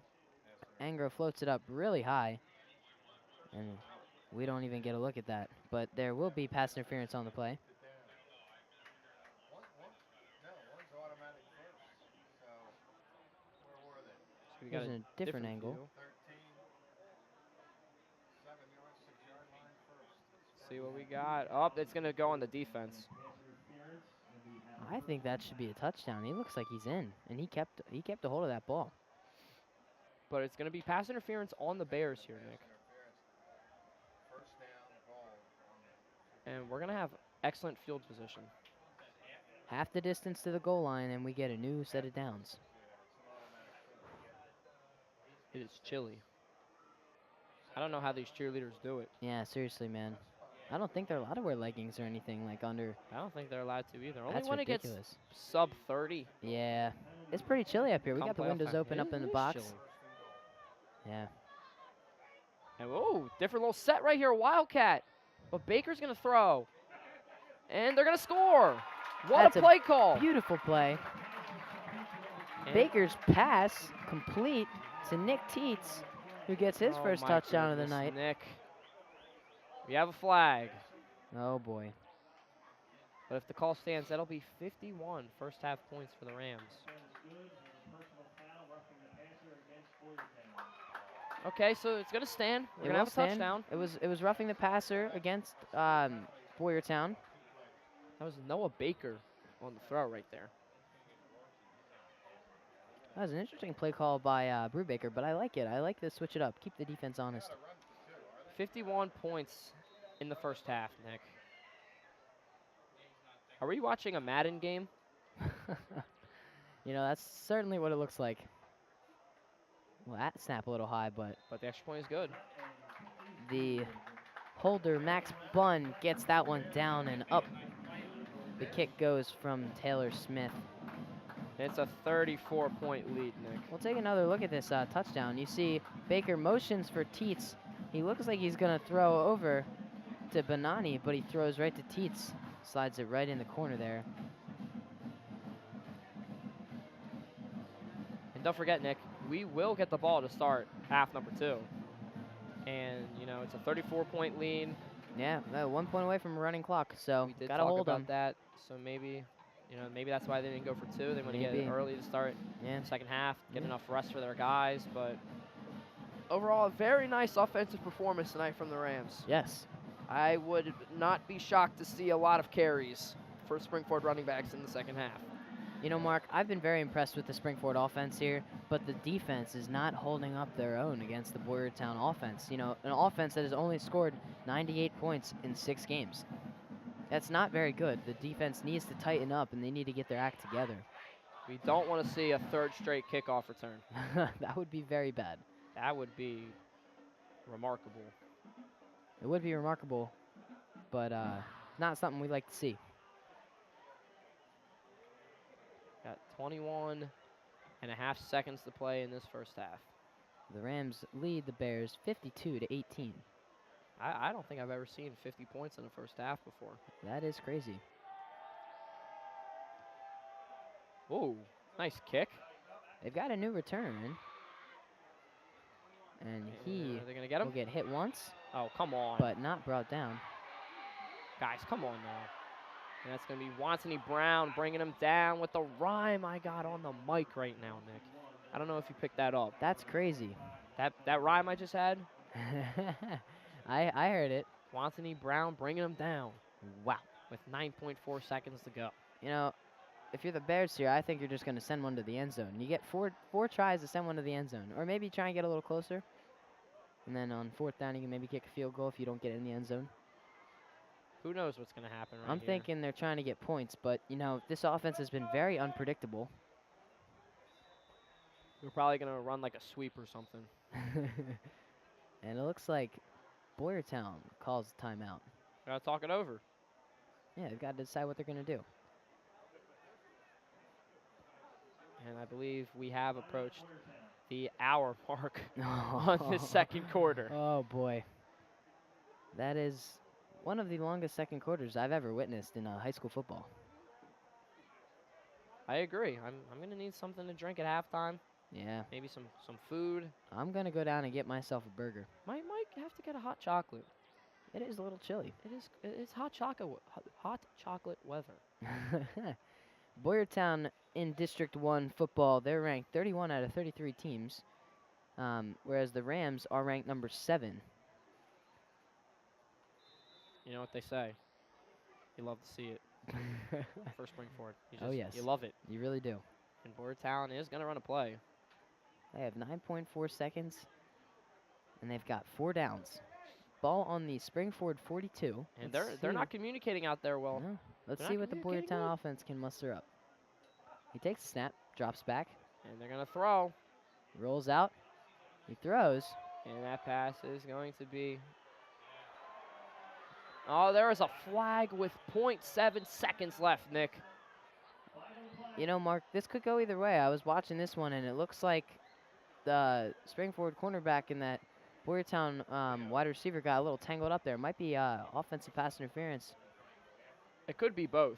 It could be You yeah, could it get could an be offset. it could be offset.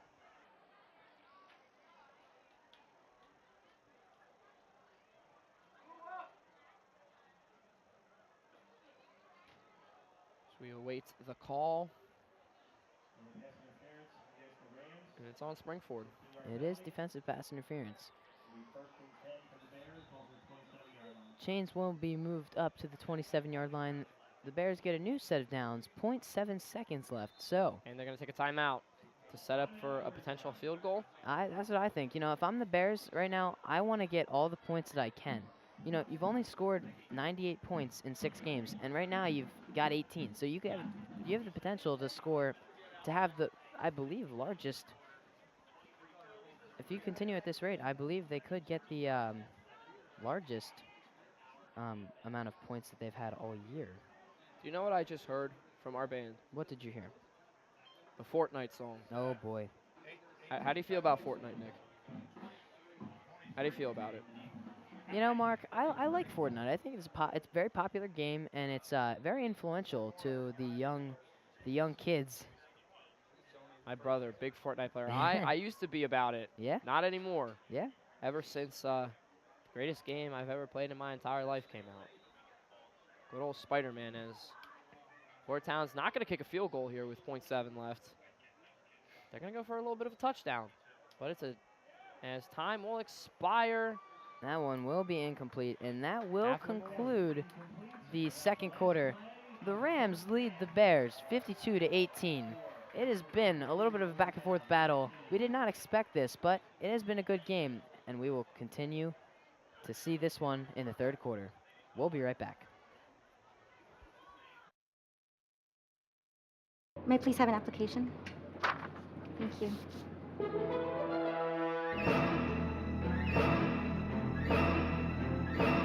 Skip the drama. Get your diploma. Find free adult education classes at finishyourdiploma.org.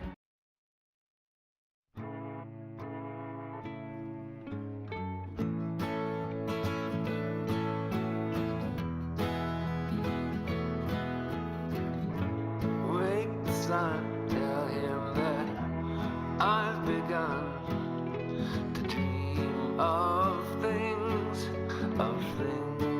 to come, and tell the trees not to look for me.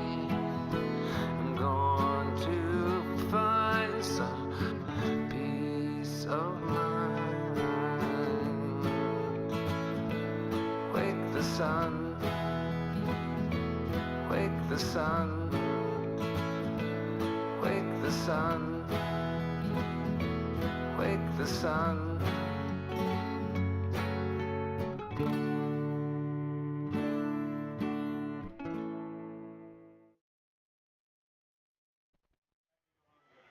Hello, everyone, and welcome back to RCTV. We have the second half of Springford versus Boyertown in this weird football game tonight. You know, we thought it was going to be a blowout. Springford has had great offense, but Boyertown actually has scored some points, a decent amount of points. Yeah, they have, Nick. You know, a lot of people came in thinking Boyertown, easy win, but, I mean, if you look at the scoreboard, you'd probably disagree with what I'm saying. Yeah. But it's good to see Boyertown, you know, putting up some points, giving Springford a little competition. Yeah. It's certainly a good thing to see. It really is, and I'm excited for this second half, and what we have in store is the cheerleaders reminiscing some Powder Puff some memories. Powder Puff memories. Oh, I miss Yeah. it. A week ago today, Nick. Oh, yeah. The good old days. And there they are. They were just doing some stunts, some flips in the air. We aren't that good. We can't really do that stuff. Hey, but we were good. We're very good. We were very good. We were very good for a week experience. But let me just say, Powder Puff was like one of the most fun things I've ever done in Springford. It was so much fun. And then, Nick, you do it again next year. Oh, I did it's it gonna be both amazing. years. It's gonna be amazing. It really is. It's awesome.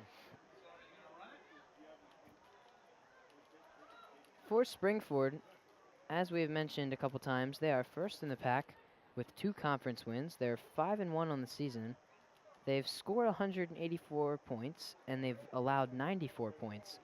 They came into this game on a 3-game win streak, and they're ranked number 7 in District 1. They're 3-0 at home and 2-1 on the road, so according to statistics, they have an 83% chance to win this game. They were the District 1 runner-up in 2012, and I was going through the archives on the football team's website, their app, the Moby app. Yeah. And the last time they made a significant run in districts was 2012. Each year after that, they've made it 1 or 2 rounds and they've lost. So are you saying, like, they came into this game with an 83% chance to win? Yes. So, you know, now I'm thinking that's sitting around, like, the good old, like, 99.9 mark, you know? I don't know. Boyertown's put up some good offense. You know, like on ESPN, you see that. As we await the final minute and a half before Springford gets the ball, we will be back shortly. Superheroes? Just four brothers who hate bullies and love this city.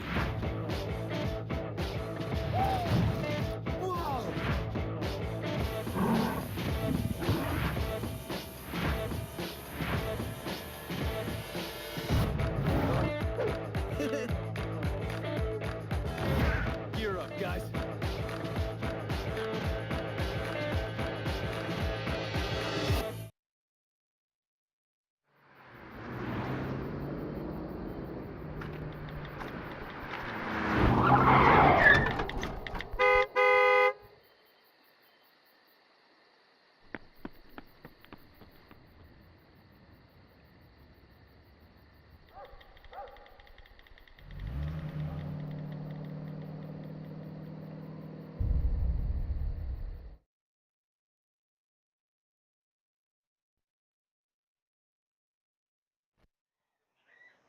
Welcome back, everybody, to RCTV's coverage of Springford Rams football. We're about 29 seconds or so from the start of the second half as Springford leads Boyertown 52-18. And Nick, it was an interesting first half, to say the least. That is very true, Mark. There were 60 total points in the first half. We had an hour-long second quarter because of various penalties. There were 23 penalties in the first half alone. Angro threw for 5 touchdown passes, and the Bears had 5 turnovers. All of this happened in the first half. It was a very long, very, very long first half, Nick, as Oh, yes. this game started around 7. It's And it is- 9:04 right now. 9:04. Oh, boy. And Springford only needs one more point to send this into a running clock. So let's see what the Rams can do here. They're going to get the ball to start quarter number 3. Just to clarify, that running clock rule is when one team goes up by 35 points.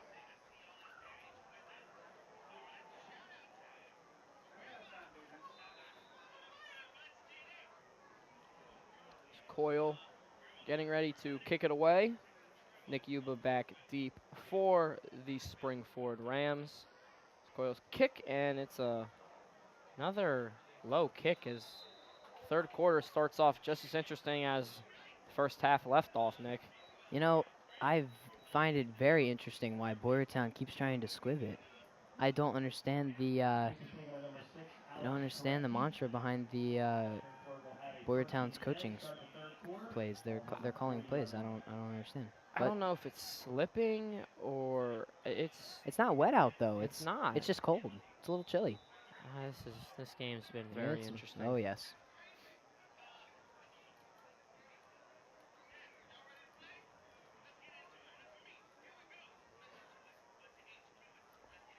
We have our first snap. Ryan Enger takes it. Little play action pass caught by Noah Baker, and he's going to hopefully take this one to the house. Perfect path, and just like that, Nick, we are into running clock territory with Ryan Engro's, I believe, 6th touchdown in this football game. That would be correct. 6 touchdown pass, and that is Baker's 2nd touchdown on the night. My goodness. This is crazy. Baker with his 3rd total touchdown. He caught 2, and he threw 1. He threw that one true. to Teets. That is true. So very nice stat line for Noah Baker. It's a nice stat line for the Rams offense altogether tonight. As Silman will be the one to attempt the extra point, and something else is happening on the field. And Nick, would you be surprised if I told you we have another flag? Oh boy. You know, at this point, I wouldn't really be surprised if there's another flag on the play. Just let him play. I know. No, we got some curfew to attend to here. I don't want to see a 4-hour game. Low snap. Silman's kick is up and good, and the Rams will increase their lead to 41. It's 59-18. Take a look at this touchdown here. RPO. Engro finds Baker. Baker just takes it all the way to the house. Enough said. You know, he finds open lanes when needed, and he accelerates all the way into the end zone and puts Springford up by a larger margin. 4-6. There's 11:48 remaining in the third quarter, and mind you, these quarters are only 12 minutes long. So it's only been 12 seconds, and they already scored a touchdown. But hey, Whatever works. now we have that running clock. Yes. Ladies and gentlemen, at this time, we would like to introduce you to our cheerleaders. Our cheerleaders getting introduced right now. Cheerleaders coached by Dawn Householder and Janelle Criswell. We have senior Lauren. Springford's getting ready to kick this one away. Senior Jen Oleski.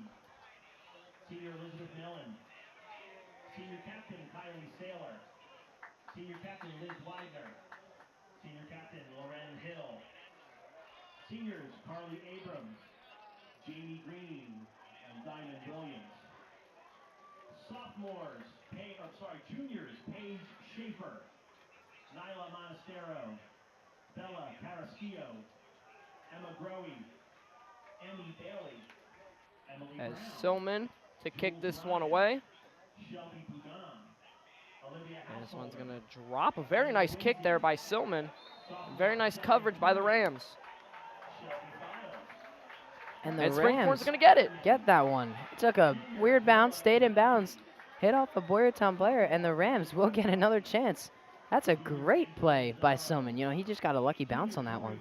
He did, and I'm not complaining. he made something out of nothing really there, Nick. That is true. and junior Gwyneth German. Give a nice round of applause, ladies and gentlemen, to our cheerleaders.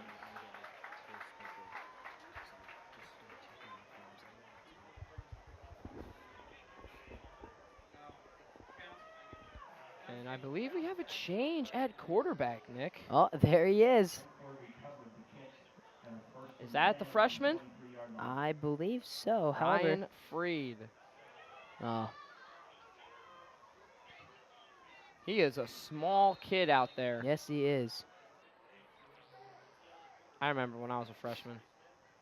Way back in the day. A whole 4 years ago.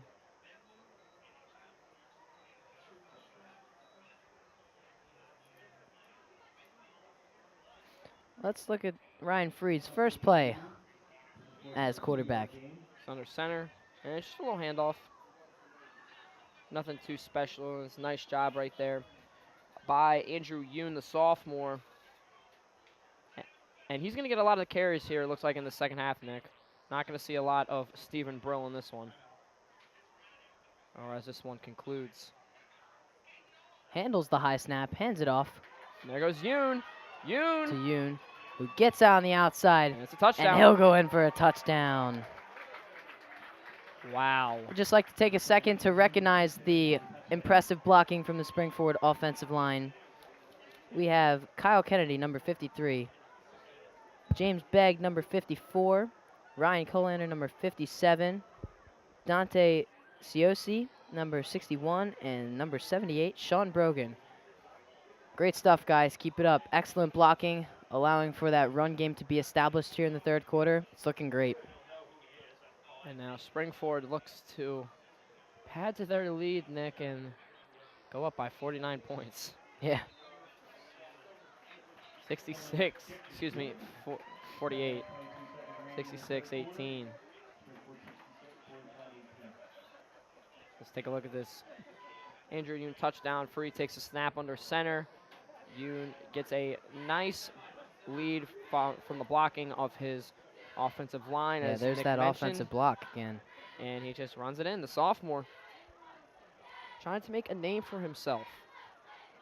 You know, playing behind Stephen Brill, Wantony Brown. And We haven't heard that much of Wantony in this game. He had one good defensive play.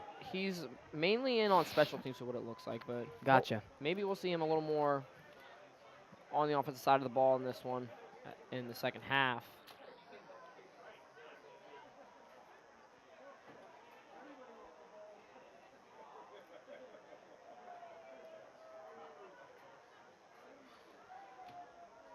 And it looks like Taylor Smith's night is done as well. Yeah. We'll We've see. seen Silman out here for the past couple kickoffs and extra points. And he is a perfect 3 for 3 on extra points. 2 quick touchdowns, Nick. We're not even 2 minutes in to Yeah. the second half. Well, that's what happens when you get a quick turnover. And another flag on a Final kickoff. play. The 24th time tonight. 24th time.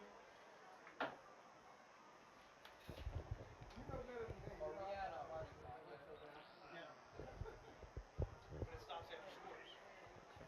As soon as the kickoff is done and they set things up, go. Just in case you guys were wondering at home, whoever's watching, the running clock rule is only in effect after the kickoff. So when someone scores, the clock stops until the other team gains possession and then starts the first play of the drive.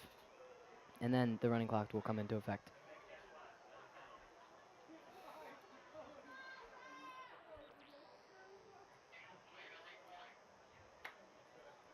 And Silman kicks this one on the ground. It's bouncing.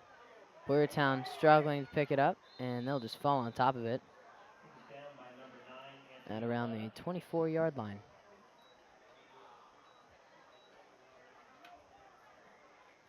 We're down on first and 10. Ball is 5 at the 24-yard line. The Boyertown Bears offense will get the ball on their own 24, first and 10. There's 10:15 left to play in the third quarter. The Rams lead the Bears 66-18. And like we've been saying all night, it's been an interesting night here at Coach Oh, McNally yeah. Stadium. And the Bears line up, 10 seconds on the play clock. Takes a snap. There's that other sweep, and the Rams are all over that one.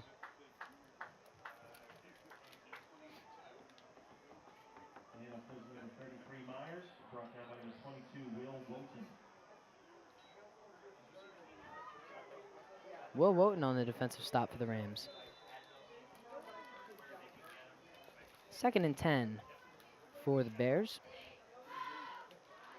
And the Springford cheerleaders trying to get the crowd into this one. And I'm taking a look over at the student section. They're all still here despite the blowout. So that's something you like to see, school spirit. Pride, stay until the end. Oh, yeah. Even the Boyertown kids are still here, Nick. Yeah, that little jersey section and emotions. Takes a snap. And that's a little inside handoff there. And Boyertown's going to pick up a first down. It was a nice little quick run there. I don't think the Springford defense was ready for that one. You typically see the team who's up milking the clock. Yeah. But I guess Boyertown wants to do the same.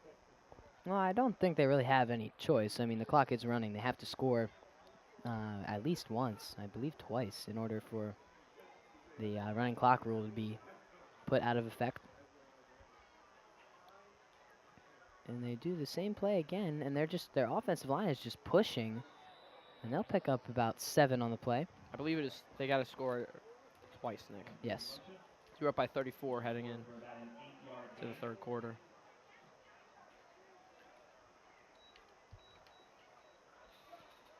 Nick, in the football spirit, Sunday's a big day. Oh, yeah. It's a very big day. It's an NFC Championship matchup, rematch. At Lincoln Financial Field. And then Meek Mill dropping that video. That video was just dude, awesome. So good. For anyone out there, you guys should go check out this video by Meek Mill. It's on Twitter. It's on the Philadelphia Eagles official Twitter page. Yes. As we get another handoff, looks like a QB keep. And he will be wrapped up. They will get the first.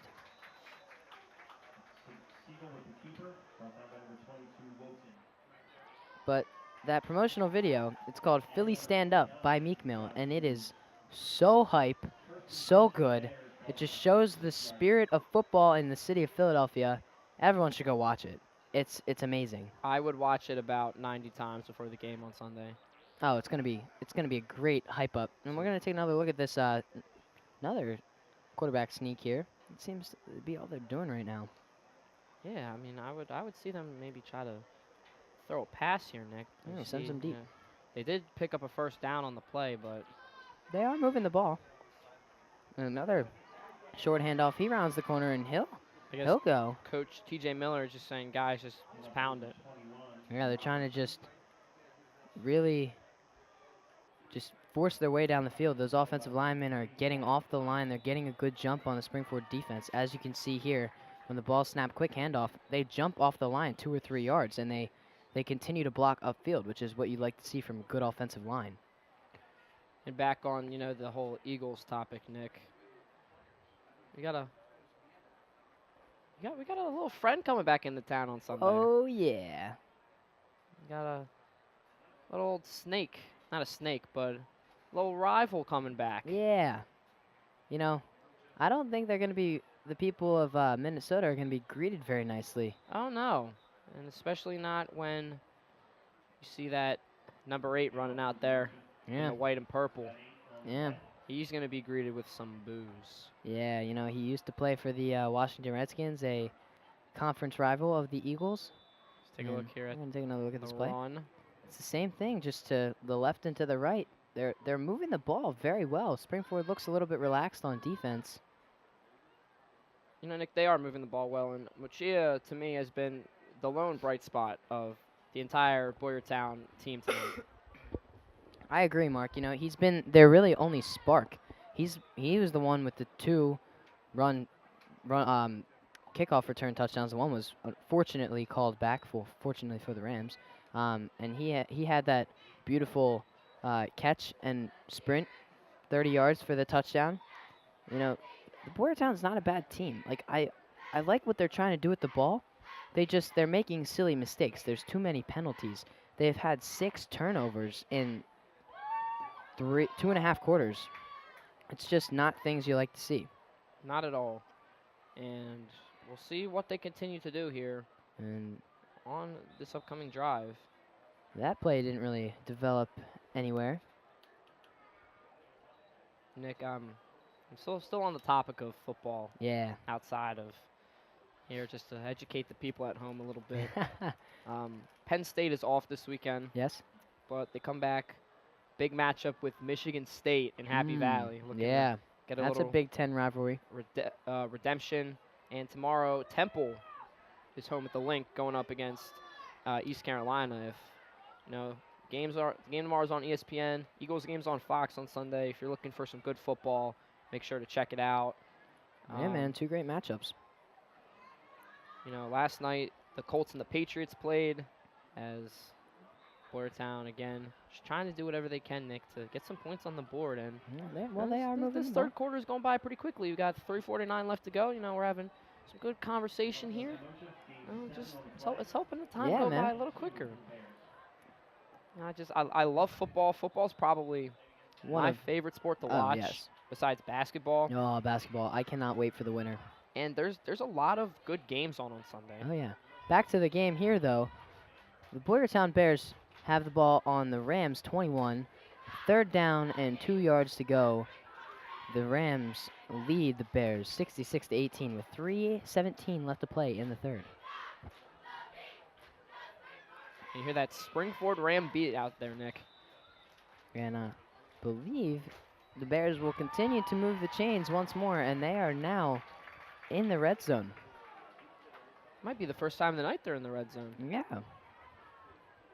With 2:55 to play. In quarter number 3.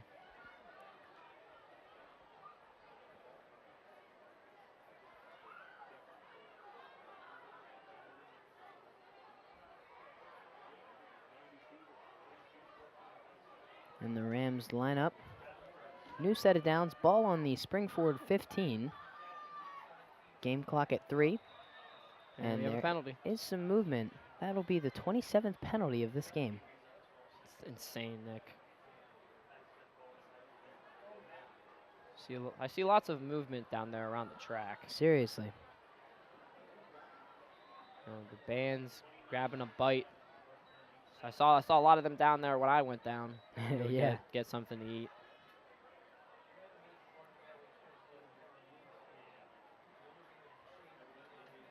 We've approached the 2-minute mark in this 3rd quarter.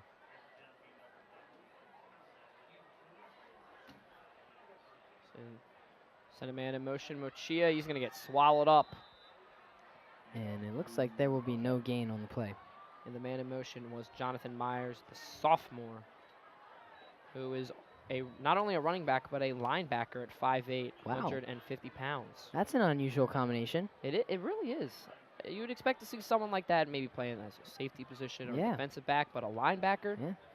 I mean, granted, he is, 150 pounds, but our Silman weighs more than that as a kicker. He weighs 25 pounds more. Yeah. He is a big guy, though. And they will give it to Mosia again. Tries to spin out of it, and he will get a yard or two out of that one. It'll be about 3rd and 1.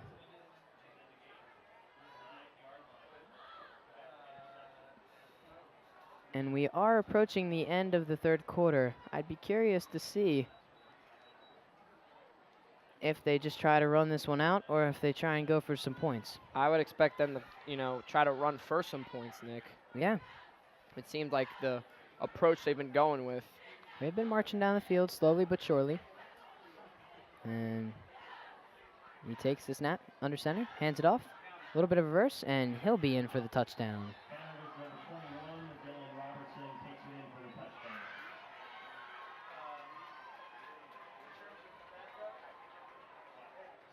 Bears showing a little bit of positivity on that drive. They're moving the ball really well with the run game. They're playing 4-down football right now. They're chunking yards at a time. They're going for 10 yards at a time. And even with, the running clock, it was still a really chunk drive. Yeah. And kind of want to see Springford, put up a chunk drive like that in the 4th quarter. Yeah, to take up a lot of time. And the extra point is no good. He hits the top of the right upright, and Boyertown just cannot find the upright tonight. And we're going to get another look at this running touchdown. You see, who was it on the, was it Mochia? Noah Siegel takes the snap, hands it off to Robertson. Robertson just leaps into the end zone. That's a great offensive effort for the touchdown. And let's take a look at around the league for the pack. Tonight, Upper Perk played Pottsgrove, and Pottsgrove won 51-0. Wow. Just to put this into perspective of how long our game is going here, we have 26 seconds left in the 3rd quarter. Still 12 more minutes to play on a running clock as of at the moment. Both games started at 7, and Pottsgrove is done now. So that just shows you how long our game has been going here.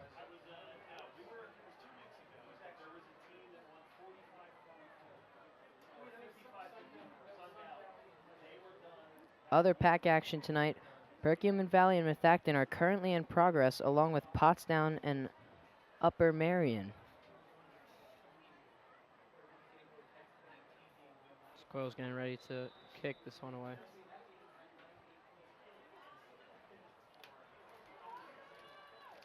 And the Bears line up to kick this one. Coyle readying his team, and he'll pound that one away. It's a nice kick.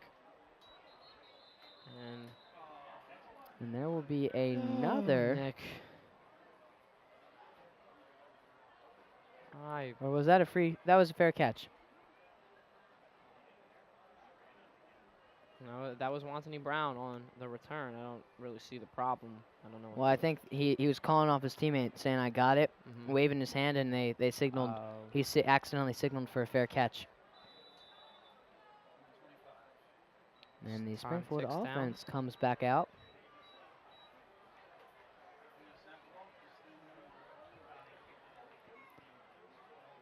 Ten seconds left to play in the 3rd quarter. Springfield leads the Bears 66-24.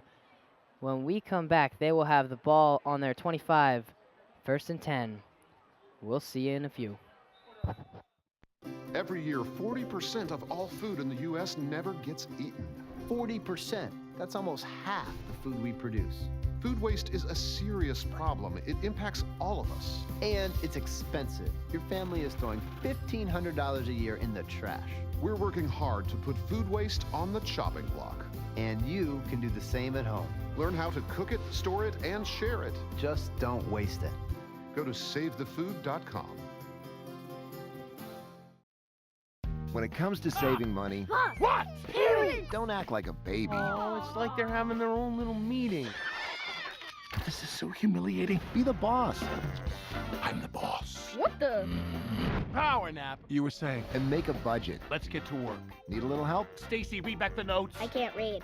What's it say? Create a personalized savings plan and get other tools and tips We can share. You obviously didn't go to business school. at feedthepig.org. We're we come back, and back. there's Wantony Brown. Wantony Brown with a nice run. He picks up about 16 on the play, and he moves the chains for the Rams. And we're still playing with the running clock in effect, and this should help this last quarter go a little quicker. You know, Nick, it's completely irrelevant to what's happening right now, but I'm just going to say it because I just heard it. Yeah? You know, our producer, Andrew Rothermel, is running 10 miles tomorrow. Congratulations, Mr. Rothermel. I don't know why. It just interests me for some reason. Yeah? But That's a feat. Could you run 10 miles tomorrow? no. Oh, neither. I probably couldn't. I mean, I could, but I'd be really sore. I mean, yeah. I got my SATs tomorrow. Yeah, but Mark. Brain dead. Oh, no, Oh, no, no. no. Fumble on the play. And that looked like a little bit of confusion there for the freshman quarterback. He's trying to hand it off, and it just, he didn't get it in the pocket of the running back, and then he thought it was a dead ball, but really that's a fumble. He needs to get back there and make the tackle or touch the Boyertown player who's down on the ground with that ball. Because if he doesn't touch him, the player's still alive, and he can get up and run for a touchdown. And that's not what you want to see this late in the game. And Nick, you know, Springford up by 42, which means Boyertown still got 2 touchdowns. Yeah. To get rid of this running clock and abolish it. But, you know, we're already making some good progress. I'd like to see a turnover on Springford's side right here. Yeah, I'd like to see another Boyertown turnover here. Boyertown throughout this game has had 6 fumbles, 5 of those coming from the first half.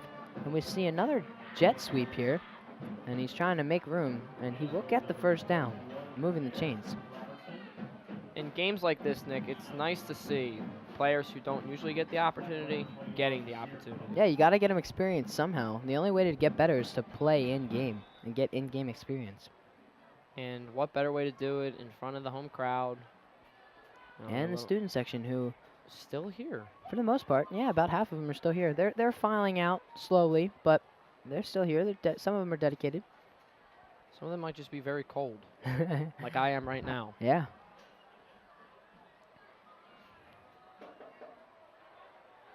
And the approach for Boyertown is still extremely intriguing. You know, I wouldn't expect a team who's down 42 points to constantly run the football and pound the rock and just try to find holes. Yeah. Usually you'd see, you know, a lot of passing, but it's interesting. I guess Coach Miller for Boyertown just really wants to work on that running game. Yeah. You know, for the freshman quarterback there, that turnover is crucial. You know, you can't lose the ball when you're on your own 25. It sets the other team up for in too good of a position. And Boyertown, making smart defensive plays there, got on top of that football, and they recovered it, and now they have excellent field position. And he rounds the corner. He'll get in around, and the defense stops him at the 1-yard line. You know, I thought he was in for a touchdown, Mark. That's nice coverage there by Springford stopping it.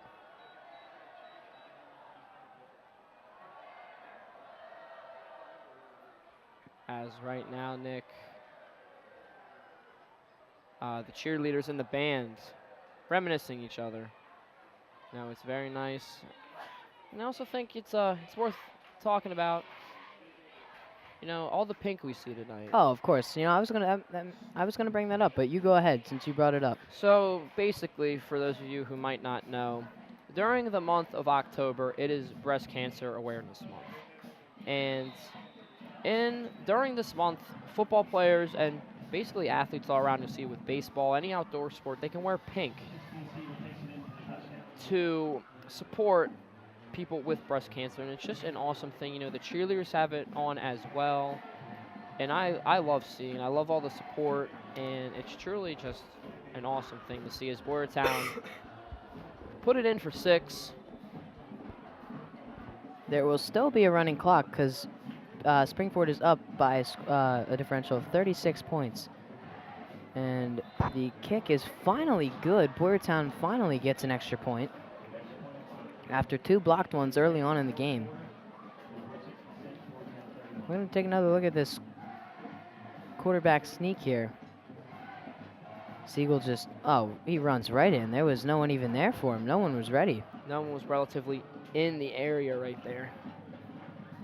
That's just got to be better by Springford's defense. And if I'm Coach Brubaker, I'm fired up right now that my defense is letting a team who is 31st out of 33 teams in District 1 football score 31 points. You know, Mark, if they score 7 more points, this will have been their highest scoring game all season against a team ranked number 7 in District 1 football. That's just not acceptable. You can't have it. And I would even go to the extreme of bringing my starters back in. Yeah, seriously. Well, I don't think Brubaker. Well, are you talking about Angro? No, I'm talking about defense. Oh, yeah. I want to bring Angro back on. I would end his night. Yeah. It was just an unfortunate mistake from the young freshman, and he has to learn. He has to learn how to deal with pressure and communicate in that pocket.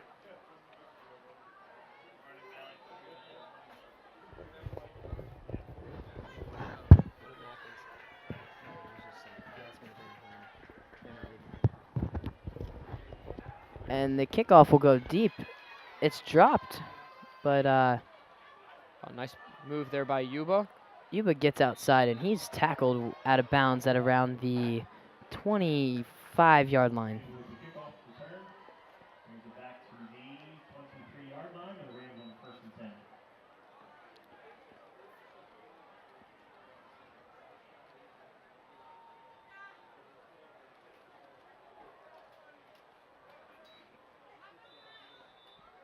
Brubaker once again will send his offense out onto the field and really just giving experience to the young guys out there. I'm noticing a good amount of sophomores on the field right now, and of course the freshman quarterback freed under center, single back set. He's going to give it off to Wantony Brown. Wantony gets outside, rounds the corner. There he goes. There's a flag on the play though, but man, is he fast.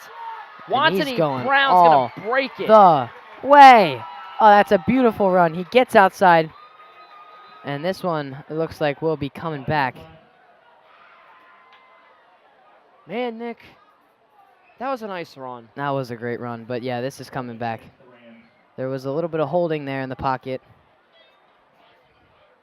No, not pocket, excuse me, in that gap.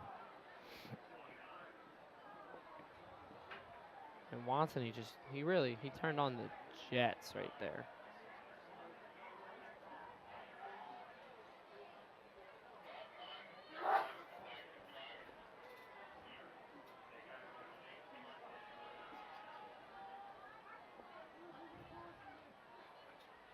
And this one will come way back to the Springford 19. So that was a little bit of short-lived there. But, you know, with situations like that where someone makes a mistake, you got to just pick each other up and get the next one. On to the next one, as they like to say. O-T-T-N-O. And they gave it right back to him. There he goes again. And he gets outside. Another great run. He gets some of the yards back. Cuts down on that 1st and 19 from the 14. And it'll be 2nd and 10 from the Rams 23. So nice 9-yard gain right there from Brown. Yeah, that was a good way to cut back on some of the yardage lost. And this is still manageable, you know, it's not like a 3rd and long yet.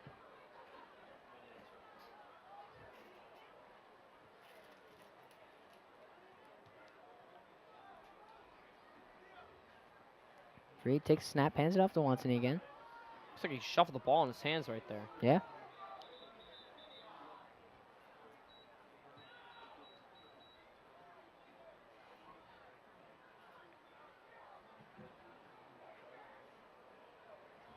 And I'll bring up 3rd and 8 after the gain of 2. Springford on their 25-yard line.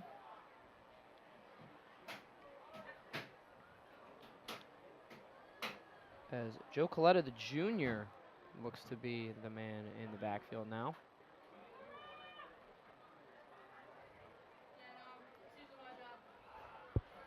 Take a look here, Nick, at the formation we have right now for the Rams. You got one in the backfield and 3 to the left, and they will hand it off, and he will be stuffed for a loss of a couple yards on the play. And that'll force Springford to bring on the punt unit, and it's really going to be crucial here for the defense.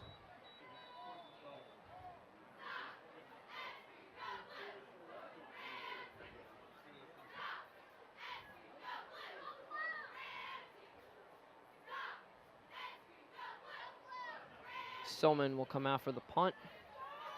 This time continues to tick, and Springford could really benefit here from a nice defensive possession. Oh, yeah. And the punt is up. And Boyertown will let that one bounce, and that was a bad decision as it rolls. Gonna take a nice Springford roll. Inside the 25 at about the 24-yard line.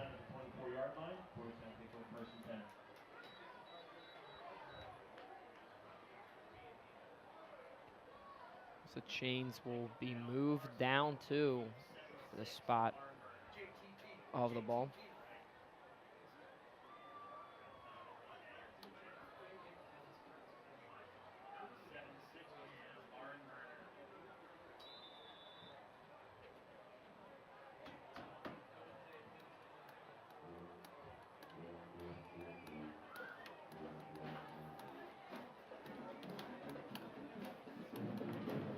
With 4 minutes winding down in this game, Nick, is there anything on your mind that you want to talk about? You know, it could be anything. Just get a little conversation going on. I'd really like to see from Boyertown, as we've said multiple times throughout the game, I'd like to see them start to throw the football. You know, we haven't seen anything from Noah Siegel. I think maybe one pass. He's had a rushing touchdown, and I think that's about it. He's just been handing the ball off all night. And yes, they had a really lengthy drive, but if they really wanted to get themselves back into this football game, they would try and take big shots down the field because their time is winding down here. We're just over 3 minutes and 20 seconds left to play in the fourth. The Rams lead the Bears 66-31. We are still on the running clock because the Rams are up by more than 35 points. With all, you know, the rushes you see on right here, you wouldn't think Boyertown's in like a time management set, you think? I don't believe so, just because they're down. I would think if I was Boyertown's coach, and let's take a look at this nice run here for about pick of 16 yards. They keep going with this set right here. Yeah, they obviously have a good offensive line that has established themselves during this game. They're able to get upfield quickly and get on a jump and push the Springford defensive linebackers back to make room and these big gaps for their tailbacks to run through. Got a QB draw. And that goes for a pickup of about 5. But like I was saying before, we don't know how good this quarterback's arm is. Like you got to switch things up. And you said about time management. I don't believe so. We're approaching the 2-minute warning, and they're down by 35. It seems to me that the coach just doesn't trust his arm. That's the perception I'm kind of getting here. You know, Mark, I can see how that's coming off on the way it is for you, because he hasn't called any pass plays for this quarterback. He threw one pass to Mokia for that nice like Philly special trick play. That wasn't even him. No, yeah, what? He threw it, right? He threw it to Rohrbach, who then threw it to Mokia. It was still even then. So the second string quarterback. The second string quarterback. I mean, if I was coach, I would just switch things up, try and get my offense rolling here. You need to establish an air game. And there's not a lot of time here to do that, Nick. We got 1:29 to go in this game, and Springford is going to move to just on top of the world. Yeah, 6-1. 6-1. I wasn't sure of the correct number. And 3-0 in the pack. Next week they got a huge test at O&J. Yeah. And there's a little bit of pushing and shoving there. And then we all know what's next. As Boyertown's a little bit frustrated. Yes, we do know what's next. The classic rivalry. We all know what's coming up. The classic rivalry. I will be on that call. Springford versus PV. I will be in the student section. You know, Mark, I'm going to get a camera on you guys. You guys better be hype. Oh, trust me, Nick. I'm one to lose my voice for screaming. I know. And that game is no exception to that rule. As I will be loud and proud, and Boyertown is just, they looked like they're about to knee it, but so the QB sneak. 30 seconds left in the fourth quarter. The score is 66-31. The Rams are winning. 4th and 3 for the Bears. Ball on their 49, and it looks like they will just send the punt unit out. Well, the Rams are putting out their special teams. Yes, and they will just run this clock out.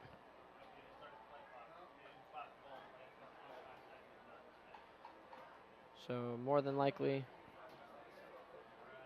Ryan Freed will take this one to a knee.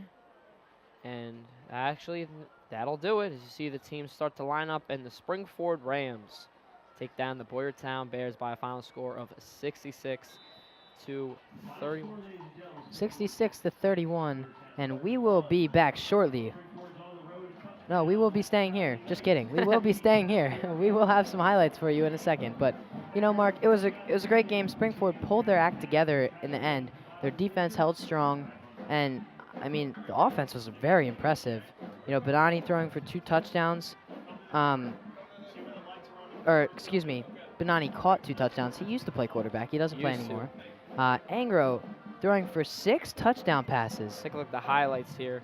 Early on in this game from our junior QB, and really, he put on a show tonight, Nick. You see, it all started with that touchdown, too. Dante Benani, the great throw. Stephen Brill's first touchdown of the night. You know, a nice 9-yard run to the house, and they both set the tone tonight for Springford. You see the unique play that left our jaws wide open. The Boyertown special is what I'm going to call it. Of course. Well, I guess it's just going to be named after whatever team, city, or team, city, or high school plays it. So. But a very nice play there by Boyertown. Yeah. See there. There's Siegel. He threw a touchdown. Yeah. I had that stat written down to Robertson. And then Angro once again just displaying it. That nice pass to Benani, the juggle, and the score. His second touchdown of the evening. And another one right there, as you see, Noah Baker, his first of the night. He just lobbed that one right up for Baker in the back of the end zone. I think we can say Ryan Angro is our player of the game. Oh, yeah, for sure. I mean, 6 touchdown passes, 0 interceptions. That's a crazy stat line. I mean, that's ridiculous. To put that in perspective, Boyertown had 6 fumbles. That's the same amount of touchdowns that Angro threw. You see right there, the Noah Baker second touchdown was that to kick off the second half? I believe so. Yeah, it was the first 12 seconds of the second half. And truly a remarkable showing by the Rams to see. There's Yoon. Yoon's touchdown. That's going to be a name to watch, folks, for the next 2 years, and a truly great win for the Rams in this one. There's a Boyertown touchdown. And that will conclude the highlights that we have for you guys tonight. Thank you all for sticking around. Thank you for watching. We would just like to thank our crew, Michelle Merja on graphics, Mr. Rothermel on directing, Sarah Camilleri, assistant technical director. Mr. Bartolotto was also helping out Mr. Rothermel in there. For our camera crew, we had Nick Misterzo, Tim Amarant, and there's one more, and I can't think of his name. But whoever you are, thank you guys so much. The broadcast would not be possible without you. I'm Nick Elsner for Mark Ciccone. It's been a great night here at McNally, and we'll see you next time.